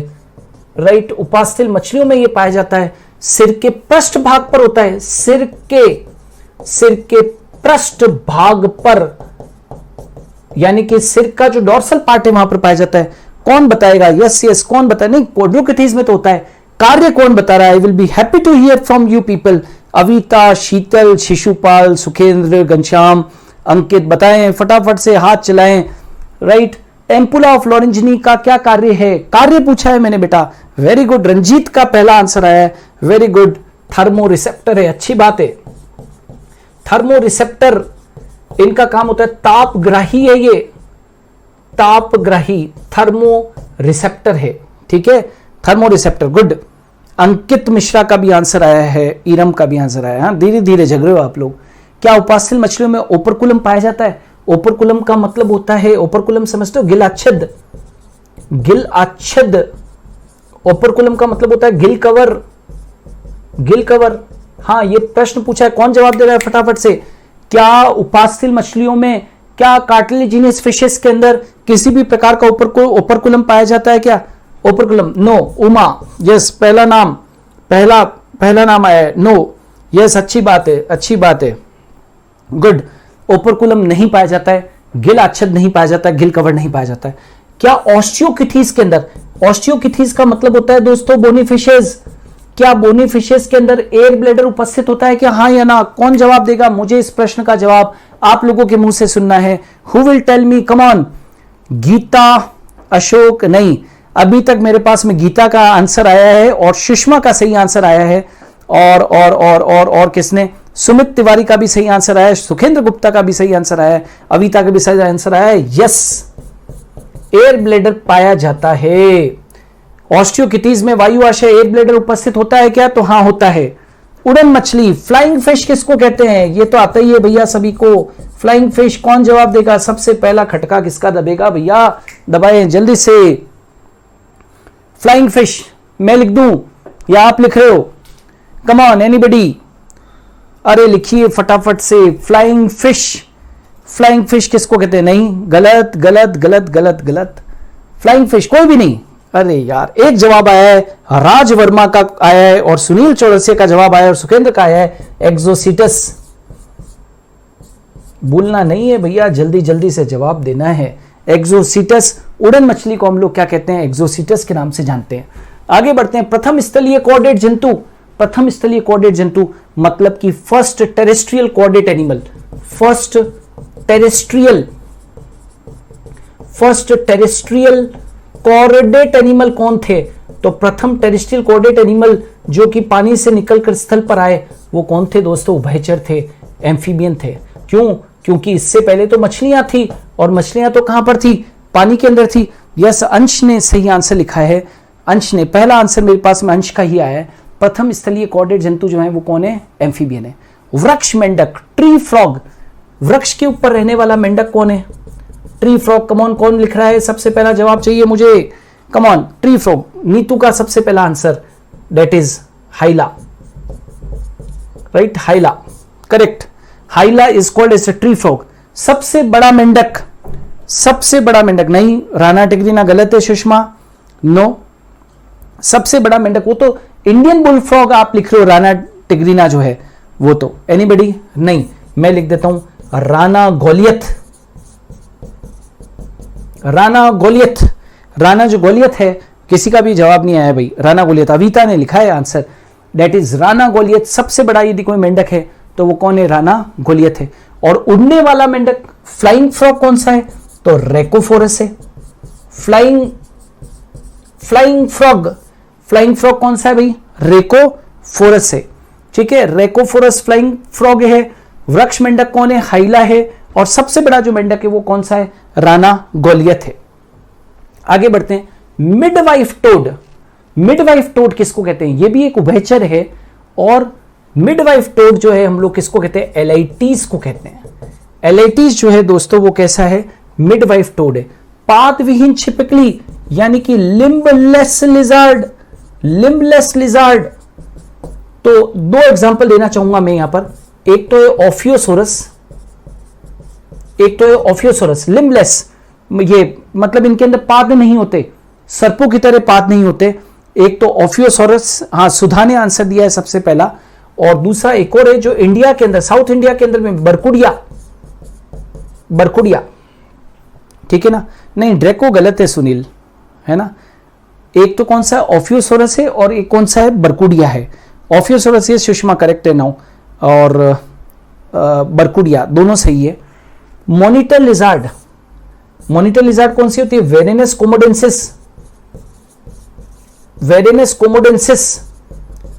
कोमोडेंसिस जो है वो कौन है? मॉनिटर लिजार्ड है। मॉनिटर लिजार्ड कौन है भाई? वेरेनस कोमोडेंसिस। ठीक है। ऑटोटोमी का मतलब क्या होता है? कि छिपकली पर जब हम अटैक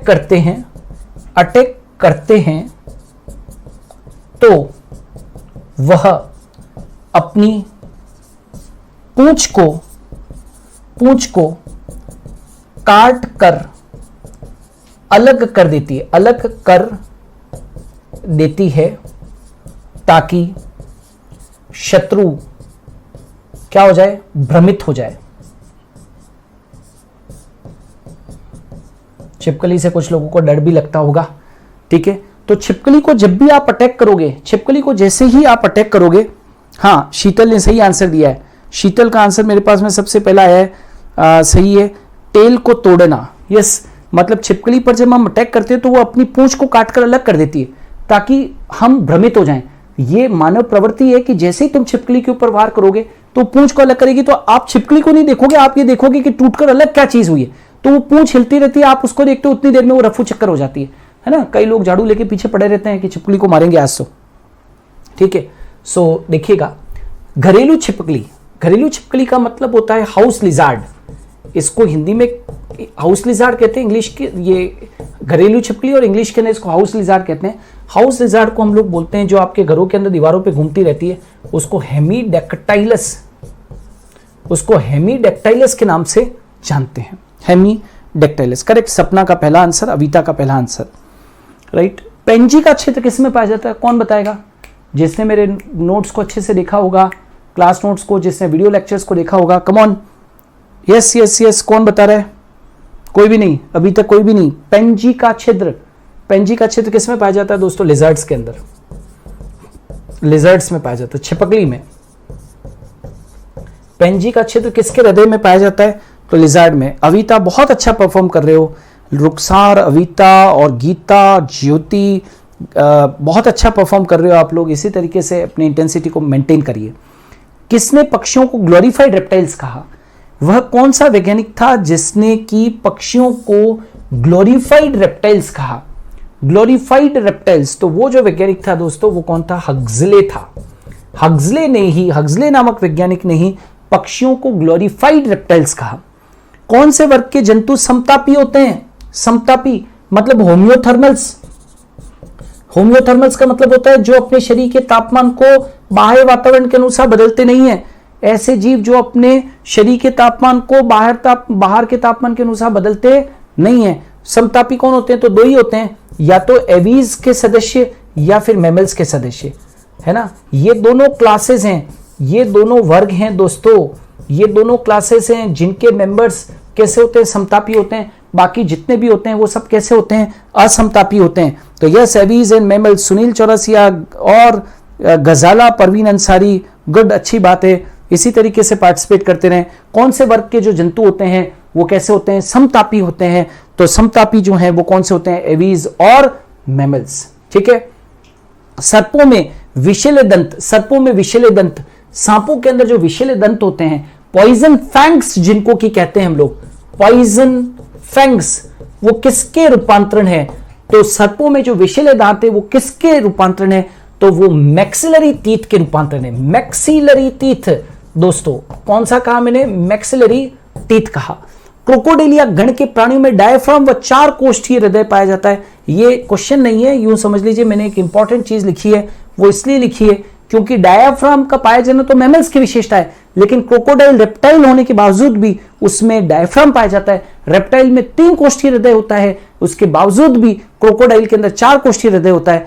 4 चैम्बर्ड हार्ट का पाया जाना और डायफ्राम का पाया जाना ये मैमल्स की विशेषता है, लेकिन उसके बावजूद भी ये दोनों कैरेक्टर जो हैं वो क्रोकोडिलिया के अंदर पाए जाते हैं, भूलिएगा नहीं।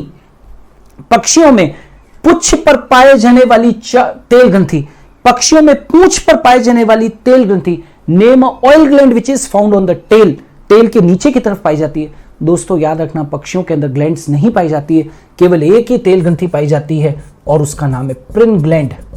पक्षियों के अंदर एक ही ग्लैंड पाई जाती है और वो कौन सी? प्रिन ग्लैंड है। किसने जवाब दिया? Very good Avita, good going, Hargovind good going, Sushma बहुत अच्छे, सभी लोग अच्छा कर रहे हैं, अंकित।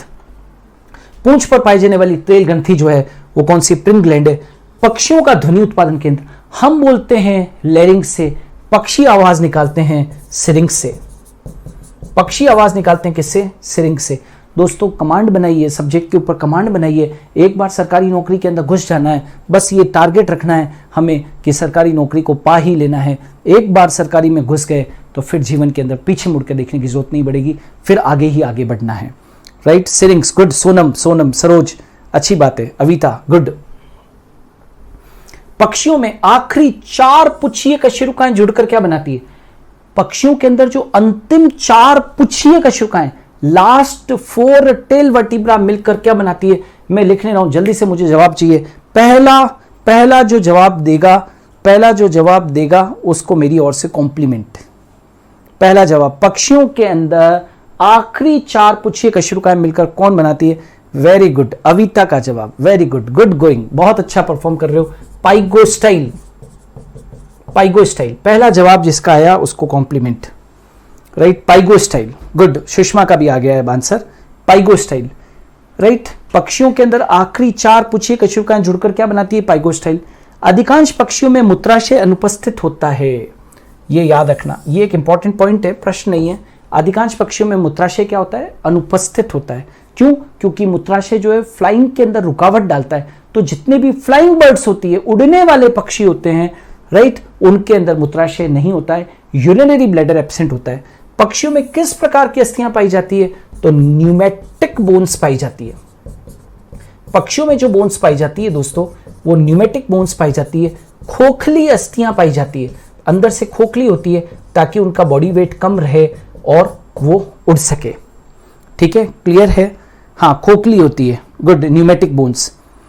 छिपकली सदस्य पक्षी कौन है? देखिए, जिसमें बहुत सारे लक्षण जो है वो रेप्टाइल्स के होते हैं। छिपकली सदस्य पक्षी किसको कहा गया था? तो ऐसे बर्ड्स को कहा गया था जो कि कनेक्टिंग लिंक होते हैं रेप्टाइल्स और बर्ड्स के। बर्ड्स और रेप्टाइल्स के बीच की जो कनेक्टिंग लिंक है, संयोजक कड़ी है, वो कौन है? आर्कियोप्टेरिक्स है। इनको छिपकली सदस्य पक्षी कहा गया था क्योंकि इनके अंदर बहुत सारे कैरेक्टर रेप्टाइल्स के थे, कुछ कैरेक्टर्स एवीज के भी थे, लेकिन बहुत सारे कैरेक्टर्स इनके अंदर रेप्टाइल्स के भी थे। गुड, छिपकली सदस्य पक्षी कौन? आर्कियोप्टेरिक्स। सरीसृपों और पक्षियों के बीच की योजक कड़ी कौन? अभी जस्ट मैंने बता दिया है, आर्कियोप्टेरिक्स। आर्कियोप्टेरिक्स, ठीक है। सरीसृपों और पक्षियों के बीच की योजक कड़ी, सरीसृपों और पक्षियों के बीच की जो योजक कड़ी है वो कौन है? आर्कियोप्टेरिक्स है। ठीक है, गुड। अरुणा, हाँ अच्छी बात है। कुछ लोग अब भूपेंद्र, या गुड, अब नए बच्चे भी जवाब दे रहे हैं। ज्योति ने भी जवाब दिया है। 17वीं सदी में विलुप्त पक्षी, ऐसा कौन सा पक्षी है जो अभी रिसेंटली 17वीं सदी के अंदर ये विलुप्त हो गया है? हिंट दे देता हूं, मॉरिशस से हुआ है। हिंट दे देता हूं मैं, मॉरिशस जो जगह है वहां से 17वीं सेंचुरी में ये पक्षी विलुप्त हुआ है। नाम है उसका, पहला जवाब सोनम का जवाब, पहला जवाब सोनम सुखेंद्र का। गुड। नाम क्या है उसका? डोडो। बड़ा खूबसूरत पक्षी था, लोगों ने मार डाला शिकार कर करके, है ना। बड़े खूबसूरत पंख हुआ करते थे इसके। उड़न छिपकली, फ्लाइंग फिश, ये फ्लाइंग लिजर्ड। फ्लाइंग लिजर्ड कौन है भाई? एक झटके के अंदर आना चाहिए जवाब। फ्लाइंग लिजर्ड बल्ब की तरह जलना पड़ेगा आप लोगों को, फटाक से, ठाक ठाक ठाक ठाक ऐसे। यस, हाँ भाई, अच्छा जवाब। नहीं, किसने जवाब दिया है? हाँ, काफी काफी अच्छा, काफी अच्छा, काफी लोगों ने लिखा है। ड्रैको, सबके नाम नहीं ले पाऊंगा। ड्रैको। सबसे बड़ा विषीन सर्प कौन सा है? पाइथन मोलुरस। अजगर जो होता है, अजगर सबसे बड़ा सर्प है ये, सबसे बड़ा विषीन सर्प। विषीन मतलब नॉन पॉइजनस होता है। पाइथन मोलुरस अजगर सबसे बड़ा ये है, ठीक है ना। चलो आगे बढ़ते हैं। स्तनियों में ग्रैव कशेरुकाओं की संख्या, चलो फटाफट से बता दो, कौन बता रहा है? मुझे एक झटके में जवाब चाहिए, एक झटके में जवाब चाहिए। यस, स्तनियों में ग्रैव कशेरुका, अरे यार इंग्लिश लिख देता हूं, लो। सर्वाइकल वर्टिब्रा, सर्वाइकल वर्टिब्रा का नंबर जो है वो स्तनियों में कितना होता है? गुड। सबसे पहला जवाब किसका? सुमित तिवारी का। और हरगोविंद, फर्स्ट सुमित, सेकंड हरगोविंद, और फिर Sukhendra Gupta. Clear? 7 cervical vertebra होती है। ये स्तनधारियों की बहुत बड़ी विशेषता है, स्तनधारियों की विशेषता है। दो प्रमस्तिष्क गोलार्धों को जोड़ने वाली रचना, इंतजार कर रहा हूं मैं आपका। दो प्रमस्तिष्क गोलार्ध, सेरिब्रल हेमिस्फीयर दोस्तों, सेरिब्रल हेमिस्फीयर को जोड़ने वाली रचना। हिंट दे देता हूं मैं कि ये स्तनधारियों की विशेषता है, केवल स्तनधारियों में ही पाई जाती है और किसी में भी नहीं पाई जाती है। कम ऑन, प्रमस्तिष्क गोलार्धों को जोड़ने वाली रचना। पहला जो जवाब आया है वो हरगोविंद यादव से है। हरगोविंद यादव ने जवाब दिया है। दो प्रमस्तिष्क गोलार्धों को जोड़ने वाली रचना, कॉर्पस कैलोसम, स्तनधारियों की बहुत बड़ी विशेषता है दोस्तों, भूलना नहीं है। स्तनियों में ऑप्टिक लोब्स की संख्या, कम ऑन, दृक पिंडों की संख्या। स्तनधारियों के अंदर दृक पिंडों की संख्या कौन बता रहा है? कम ऑन, दृक पिंडों की संख्या, मैं आपका इंतजार कर रहा हूं। कम ऑन, दृक पिंडों की संख्या बता दीजिए, दृक पिंडों की संख्या। Yes, good. 9, हरगोविंद गलत आंसर। रुखसार खान का पहला answer, compliment to you. 4, optic lobes का नंबर कितना है? 4 है। अरे भैया, तभी तो इसको क्या कहते हैं? कॉर्पोरा क्वाड्रीजेमिना। बायोलॉजी के अंदर क्वाड्री वर्ड किसके लिए यूज हो रहा है? क्वाड्रीजेमिना, कॉर्पोरा क्वाड्रीजेमिना। क्वाड्री मतलब 4। स्तनधारियों के अंदर ऑप्टिक लोब्स, दृक पिंडों की जो संख्या है वो 4 होती है, इसीलिए तो हम क्या कहते हैं? कॉर्पोरा क्वाड्रीजेमिना कहते हैं। हाँ, निधि ने भी सही आंसर दिया है। शरीर पर बालों का पाया जाना किसकी विशेषता है? बाल केवल एक ही वर्ग के सदस्यों में पाए जाते हैं, और वो कौन है? मेमेलिया। मेमेलिया के अंदर क्या पाए जाते हैं भैया? हेड्स पाए जाते हैं। मेमेलिया के अंदर क्या पाए जाते हैं? हेड्स पाए जाते हैं। आगे बढ़ते हैं। अंडे देने वाले आदिम स्तनधारी, प्रिमिटिव मैमल्स किस उपवर्ग से संबंधित है? प्रिमिटिव मैमल जो एग देते थे, मतलब स्तनधारी भी, प्राचीन स्तनधारी भी क्या देते थे? अंडे देते थे। कौन जवाब दे रहा है? नहीं बेटा, प्राचीन स्तनधारी तो ऑलरेडी क्वेश्चन में लिखा हुआ है। गुड। कीर्ति का सबसे पहला आंसर मेरे पास में है। कीर्ति का सबसे पहला आंसर आया है प्रोटोथीरियंस।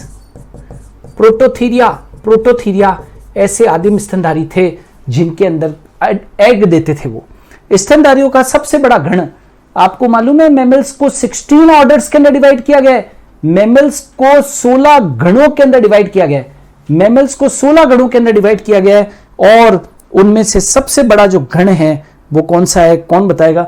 स्तनधारियों का सबसे बड़ा गण, कोई भी नहीं, एक भी बच्चे का जवाब नहीं अभी तक। नो, स्तनधारियों का सबसे बड़ा गण, गण पूछा है, रेटेटी नहीं, कोई भी नहीं। चलो मैं लिखता हूं। स्तनधारियों का सबसे बड़ा गण है 16 गणों में से रोडेंशिया। सबसे बड़ा जो गण है वो कौन सा है दोस्तों? रोडेंशिया है ना। कौन सा है? रोडेंशिया। मनुष्य किस गण से संबंधित है? मनुष्य, गुड। मनुष्य जिस गण से संबंधित है वो कौन सा? प्राइमेट है। प्राइमेट्स, मनुष्य प्राइमेट से संबंधित है, और स्तनधारियों का सबसे बड़ा जो गण है वो कौन सा है? रोडेंशिया है। ब्लू व्हेल किस गण से संबंधित है? ब्लू व्हेल किस गण से संबंधित है? तो सिटेशिया से संबंधित है। ब्लू व्हेल जिस गण से संबंधित है वो कौन सा है भाई? सिटेशिया है। किन जीवों को एमनियोट्स कहते हैं? एमनियोट्स किनको कहते हैं बेटा? जिनमें बाह्य भ्रूणीय झिल्लियां उपस्थित होती है। बाह्य भ्रूणीय झिल्लियां उपस्थित, भ्रूणीय झिल्लियों की बात नहीं हो रही है, बाह्य भ्रूणीय झिल्लियां। बाह्य भ्रूणीय झिल्लियां कितने प्रकार की होती है बेटा? Amnion, chorion, allantois, yolk sac. Amnion, chorion, allantois और यॉक्सेक। तो जिनमें बाह्य भ्रूणीय झिल्लियां होती है उनको एमनियोट्स कहते हैं। तो प्रश्न ये है कि किन जीवों में पाई जाती है? तो 3 वर्ग के प्राणी, रेप्टाइल्स बेटा, एवीज और मेमेलिया। राइट, रेप्टाइल्स, एवीज और मेमेलिया, इनके अंदर बाह्य भ्रूणीय झिल्लियां पाई जाती है। वर्ग स्तनधारी के सदस्यों में किस प्रकार की कशेरुकाएं पाई जाती है? वर्टिब्रास कैसी पाई जाती है? वर्टिब्रा कैसी होती है? कौन बताएगा? मैं इंतजार करता हूं आप लोगों का, मुझे पहला जवाब चाहिए, पहला जवाब चाहिए। मैंने पूछा बेटा स्तनधारी के सदस्यों में किस प्रकार की कशेरुका होती है? थोड़ा टिपिकल क्वेश्चन है, कौन जवाब देगा? I will be happy to hear from you people, जो लोग बढ़िया जम के तैयारी कर रहे हैं। हाँ जी, कोई भी नहीं, मुझे लिखना पड़ेगा। आखिरी 5 सेकंड, कोई जवाब देना चाहता है? यस, नो, एम्फीप्लेटियन टाइप बेटा, एम्फीप्लेटियन है ना। एम्फीप्लेटियन का मतलब होता है सेंट्रम दोनों ओर से चपटा होता है। कशेरुका का सेंट्रम, कशेरुका का नहीं पता? हाँ नहीं पता है, बहुत सारे लोगों को नहीं पता है। एम्फीप्लेटियन का मतलब होता है बेटा कशेरुका का जो सेंट्रम होता है ना, कशेरुका का सेंट्रम दोनों ओर से चपटा, दोनों ओर से चपटा, दोनों ओर से चपटा। मतलब हम स्तनधारियों की जो वर्टिब्रा है अपने अंदर, जो वर्टिब्रल कॉलम के अंदर 26 वर्टिब्रा है ना बेटा, उसका एम्फीप्लेटियन टाइप का होता है, सेंट्रम दोनों तरफ से चपटा होता है। राइट, सेंट्रम दोनों ओर से चपटा, एम्फीप्लेटियन टाइप। बर्डमैन ऑफ इंडिया, हाँ ये तो आता है, कई लोगों ने लिख भी दिया है answer, Salim Ali. Birdman of India Salim Ali. शतुरमुर्ग किस अधिगण से संबंधित है? तो शतुरमुर्ग यानी कि जो ऑस्ट्रिच है वो जिस सुपर ऑर्डर से संबंधित है, जिस सुपर ऑर्डर से संबंधित है दोस्तों, उसका नाम क्या है? पैलियोग्नेथी या रेटेटी। क्या कहते हैं उसे? पैलियोग्नेथी या रेटेटी कहते हैं। किन पक्षियों में मूत्राशय व शेषण पाया जाता है? वैसे तो पक्षियों के अंदर न तो मूत्राशय पाया जाता है, न ही शेषण पाया जाता है, न तो यूरिनरी ब्लैडर पाया जाता है, न ही पेनिस पाया जाता है, लेकिन ये दोनों ही ऑस्ट्रिच के अंदर पाए जाते हैं। ऑस्ट्रिच के अंदर, शतुरमुर्ग के अंदर, ये दोनों ही शतुरमुर्ग के अंदर पाए जाते हैं। पक्षियों में कौन सा धमनी चाप पाया जाता है? देखिए हमेशा याद रखना, मानवों के अंदर लेफ्ट वाला धमनी चाप पाया जाता है और पक्षियों के अंदर राइट यानी कि दायां धमनी चाप पाया जाता है ना, राइट एओर्टा पाया जाता है, दायां धमनी चाप। रेप्टाइल्स में दायां और बायां दोनों होता है, एवीज के अंदर केवल राइट होता है और मानवों के अंदर क्या होता है? लेफ्ट होता है। ऐसे याद रखना है, ठीक है। तो पक्षियों में पूछा है तो राइट, ऑलराइट। अफ्रीकन फुफ्फुस मछली को हम क्या कहते हैं? तो प्रोटोप्टेरस कहते हैं। अफ्रीकन लंग फिश, फुफ्फुस का मतलब होता है African lung fish, African lung fish protopterus. Larva भक्षी मछली, लार्वा भक्षी मछली, यदि आप चाहते हो कि एक जलाशय के अंदर से सारे के सारे कीटों के लार्वा खत्म हो जाए तो आपको कुछ दवाई डालने की जरूरत नहीं है, एक मछली को छोड़ दो, क्योंकि उसको कीटों के लार्वा खाना बहुत पसंद है। आजकल उसको बायोलॉजिकल कंट्रोल के लिए जलाशयों के अंदर छोड़ दिया जाता है, एक भी लार्वा को नहीं छोड़ती है वो, गेम्बूसिया फिश है ना। लार्वा भक्षी मछली, ऐसी मछली जो पक्षियों के लार्वा को, ये कीटों के लार्वा को खा जाए, वो कौन सी होती है? गेम्बूसिया। हॉर्न टॉड, टॉड दिख रहा है लेकिन टॉड है नहीं, टॉड लिखा हुआ है लेकिन टॉड है नहीं। हॉर्न टॉड, गलती से भी ये मत समझना कि एम्फीबियन है, राइट। ये एक रेप्टाइल है और उसका नाम है फ्राइनोसोमा। उसका नाम क्या है दोस्तों? फ्राइनोसोमा, ठीक है। उपास्तिल मछलियों में पूंछ का प्रकार कैसा होता है? हेटेरोसर्कल होता है। हेटेरोसर्कल पूंछ कैसी होती है? ये ऐसी, ये देख रहे हैं हेटेरोसर्कल, पीछे का देख रहे हैं पोर्शन कैसी है? एक लंबा है एक छोटा है, हेटेरोसर्कल पूंछ, ठीक है ना। हेटेरोसर्कल पूंछ उपास्थिल मछलियों में पाए जाने वाली पूंछ का प्रकार है। काइमेरा, काइमेरा क्या है? चूहा मछली भी कहते हैं इसको। चूहा मछली किंग ऑफ हेरिंग्स या भूत मछली के नाम से भी जानते हैं। आप पूछे गोस्ट फिश कह दीजिए, किंग ऑफ हेरिंग्स कह दीजिए, या फिर चूहा मछली कह दीजिए, काइमेरा कहते हैं इसको। और सबसे सरल प्रकार का नाल तंत्र, आप जानते हो सभी की पोरीफर्स की सबसे बड़ी विशेषता क्या है? नाल तंत्र का पाए जाना, ठीक है ना। तो पोरीफर्स में जो सिंपलेस्ट सरल प्रकार का जो नाल तंत्र है वो कौन सा है? Ascon type. आप सभी जानते हैं कि कैसा होता है नाल तंत्र, 3 प्रकार के होते हैं, एस्कोन, साइकोन और ल्यूकोन। कैसा होता है दोस्तों? एस्कोन, साइकोन और ल्यूकोन। सबसे सरलतम प्रकार का एस्कोन है। नहीं बेटा उमा, आंसर गलत हो गया है। रुखसार का आंसर सही है, राइट। सुधा का आंसर सही है, निरंजन का आंसर गलत हो गया है, राइट। शिशुपाल का भी सही है, दीपेंद्र माला का भी सही है, ठीक है। तो सबसे सरल प्रकार का नाल तंत्र। तो दोस्तों आज हम लोगों ने कुछ प्रश्न यहाँ पर एनिमल किंगडम के ऊपर किए हैं। लाइव सेशन के अंदर मैं ये जांचना चाहता हूँ आप लोगों को कि आप लोग कितनी डीपली पढ़ाई कर रहे हैं, है ना। बहुत अच्छे से पढ़ाई कीजिए बेटा, डीप स्टडीज़ कीजिए, मैं आपके साथ में हूँ।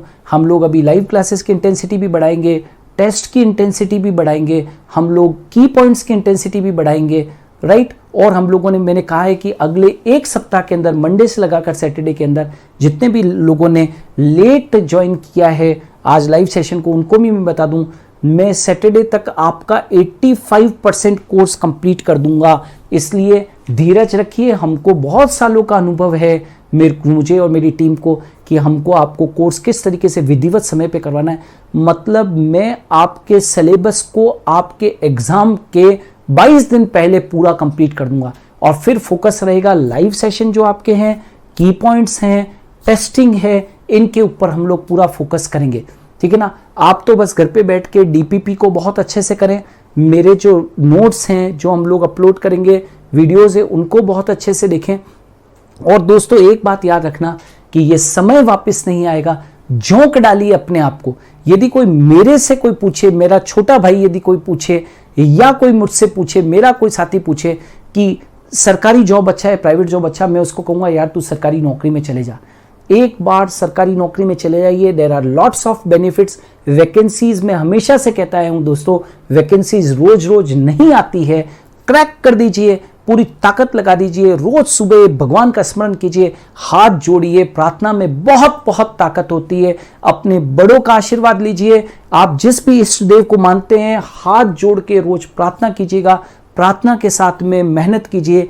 प्रार्थना का कॉम्बिनेशन, बड़ों का आशीर्वाद और आपकी मेहनत, क्या कहा मैंने? 3 चीजें कही है मैंने, आपकी स्वयं की मेहनत, बड़ों का आशीर्वाद, राइट। ये सब चीजें आपके साथ में जब जाती है तो आप लोगों को सिलेक्शन दिलवा के रहेगी, है ना। अपने आप के ऊपर भरोसा रखना सीखिए, अपने आप के ऊपर भरोसा कीजिए, अपनी स्टडीज के ऊपर भरोसा कीजिए, हमारे ऊपर ट्रस्ट कीजिए, राइट। और आपका प्रश्न पत्र बहुत अच्छा जाएगा। लेकिन ये दिन ऐसे हैं जिसमें कि कम से कम मैं हर एक बच्चे को टारगेट दे रहा हूं, कितने घंटे का? 8 घंटे का दोस्तों, 8 घंटे। अभी जो आप लोगों को स्टडीज चाहिए, जितना मटेरियल हम लोग डालेंगे, कम से कम भी आपको क्या कहेंगे हम लोग, 8 घंटे का आप लोगों को समय लगेगा, ठीक है ना। दुर्गेश लिख रहे हैं सर थोड़ा और पहले कीजिए, हम लोग एक बार रिवीजन हो जाएगा। यस, मेरी पूरी कोशिश रहेगी शीघ्र अति शीघ्र। मैंने आपको क्या कहा है, मैं आपको 85 to 90% कोर्स अगले 7 दिन के अंदर कंप्लीट करके दे दूंगा। अब आपको पढ़ना है। अभी जब आज वीडियो शुरू हुआ, हम आज लाइव सेशन शुरू हुआ था, उसके पहले हम लोगों ने 60 लगभग 60 वीडियोस हम लोगों ने डाले हैं ह्यूमन फिजियोलॉजी के पूरा डाइजेस्टिव सिस्टम से लगा के और एंडोक्राइन सिस्टम तक पूरा देख डालना है, बहुत अच्छे से करना है दोस्तों। और आज की लाइव सेशन आप लोगों को कैसी लगी, जल्दी से एक बार के लिए थम्स अप कर दीजिए, आपको कैसा लगा आज की लाइव सेशन, कैसा लगा। हम लोग लाइव सेशन की इंटेंसिटी और बढ़ा देंगे बेटा, और बस साथ के साथ जो है वो मेरे साथ के साथ चलते रहिए। एक बार जल्दी से बता दीजिए कैसी चल रही है आप लोगों की तैयारी, मुझे आप बता दीजिए कि कैसी चल रही है, ताकि मैं भी आश्वस्त हो जाऊं कि मेरे स्टूडेंट जो है, राइट, वो बहुत अच्छी तैयारी कर रहे हैं, है ना। मैं आपसे लगातार आपके एग्ज़ाम के 1 दिन पहले तक हम लोग आपसे रूबरू रहेंगे। हाथ थामा है तो छोड़ेंगे नहीं, है ना, ये वादा है। तो इसलिए आप बिल्कुल पेशेंस को लूज़ नहीं करना है, पेशेंस को लूज़ नहीं करना है। कई लोग पेशेंस को लूज़ करो, कब होगा कोर्स, अरे यार 6 दिन 7 दिन बस, अधिकतम 8 दिन 10 दिन, उससे ज़्यादा नहीं, ठीक है ना। फिर आप पूरे के पूरे रिवीजन के ऊपर रखिएगा, ठीक है। सर जी और भी टेस्ट लीजिए। हाँ, हम लोग टेस्ट बहुत जल्दी मैं मेरी टीम को अपडेट कर दूंगा कि वो जल्दी से जल्दी जो है वो बहुत सारे टेस्ट आप लोगों के लिए डाले, ताकि आप लोगों की प्रैक्टिस हो। हम तो खूब चाहते हैं, दिली इच्छा है कि आप लोग सेलेक्ट हों, है ना। मतलब एक टीचर को कब जोश आता है, जब उसके बच्चे सेलेक्ट होते हैं। ज़्यादा से ज़्यादा सेलेक्ट हो और फटाफट से सरकारी नौकरी में सेलेक्ट हो, और फिर सेलेक्ट होके और मेरे शहर उदयपुर राजस्थान में घूमने आइए और मेरे से भी मिल के जाइए। आई will be very much happy, ठीक है। So thank you.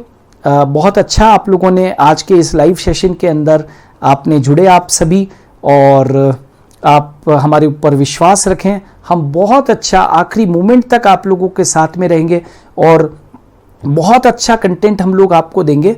धन्यवाद। और इसी तरीके से लाइव सेशंस के अंदर एक्टिवली जुड़ते रहिएगा, है ना। मैं आपके साथ में हूँ, कोई टेंशन लेने की ज़रूरत नहीं है। आखिरी मोमेंट तक हम लोग जितना ज़बरदस्त तरीके से आप लोगों को करवा सकते हैं तैयारी, हम हमारा पूरा कंसंट्रेशन, मुझे मालूम है कि आप लोगों के 2 अगस्त से आप लोगों के एग्ज़ाम चालू है। मुझे मालूम है आपसे ज़्यादा फिक्र जो है वो मुझे है।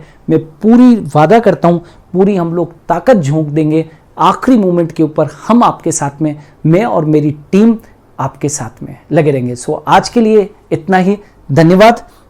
सो हम लोग आज अलविदा लें फिर। Okay, so everybody good night, है ना।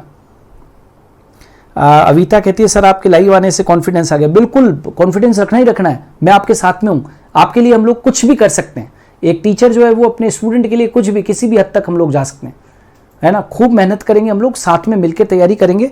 और मुझे बहुत अच्छा लगा कि आज बहुत सारे बच्चे लाइव सेशन के अंदर अच्छे आंसर कर रहे थे। ये इंटेंसिटी बनाए रखिए, है ना। सुमित लिखते हैं कि आखिरी दम तक आपके साथ में, बस इसी तरीके से साथ बनाए रखिए। जब आप लोग सुपर गुरु से जुड़े हैं, हमारी टीम से जुड़े हैं, मुझसे जुड़े हैं, तो ये नाता केवल और केवल इस हद तक नहीं है कि आपके MP टेट एग्ज़ाम ख़त्म हो गया, आपको नौकरी मिल गई या नहीं मिली, वहाँ पर ये ख़त्म नहीं हो जाता है। ये एक रिश्ता है जो हमेशा कायम रहता है। सबसे खूबसूरत रिश्ता यदि कोई पूछता है मुझसे कि कौन सा है, तो एक गुरु का और एक शिष्य का है, एक टीचर का और एक स्टूडेंट का। इससे प्यारा रिश्ता और कोई नहीं हो सकता है। सो ज़िंदगी भर हम लोग आपके साथ में जुड़े रहेंगे। और सिलेक्शन आपका हो नहीं हो, कोई किसी के कारण किसी एग्ज़ाम के अंदर सिलेक्शन नहीं होता है, तो उससे बिल्कुल भी निराश नहीं होना है। बहुत सारे एग्जाम्स होते रहेंगे और जो आपने कंटेंट एक बार हमसे पढ़ लिया है वो जीवन भर आप लोगों के काम आएगा, बहुत काम आएगा। So good night everybody. हम जल्द ही, बहुत जल्दी एक नई लाइव सेशन के अंदर मिलेंगे। तब तक के लिए अलविदा। Thank you.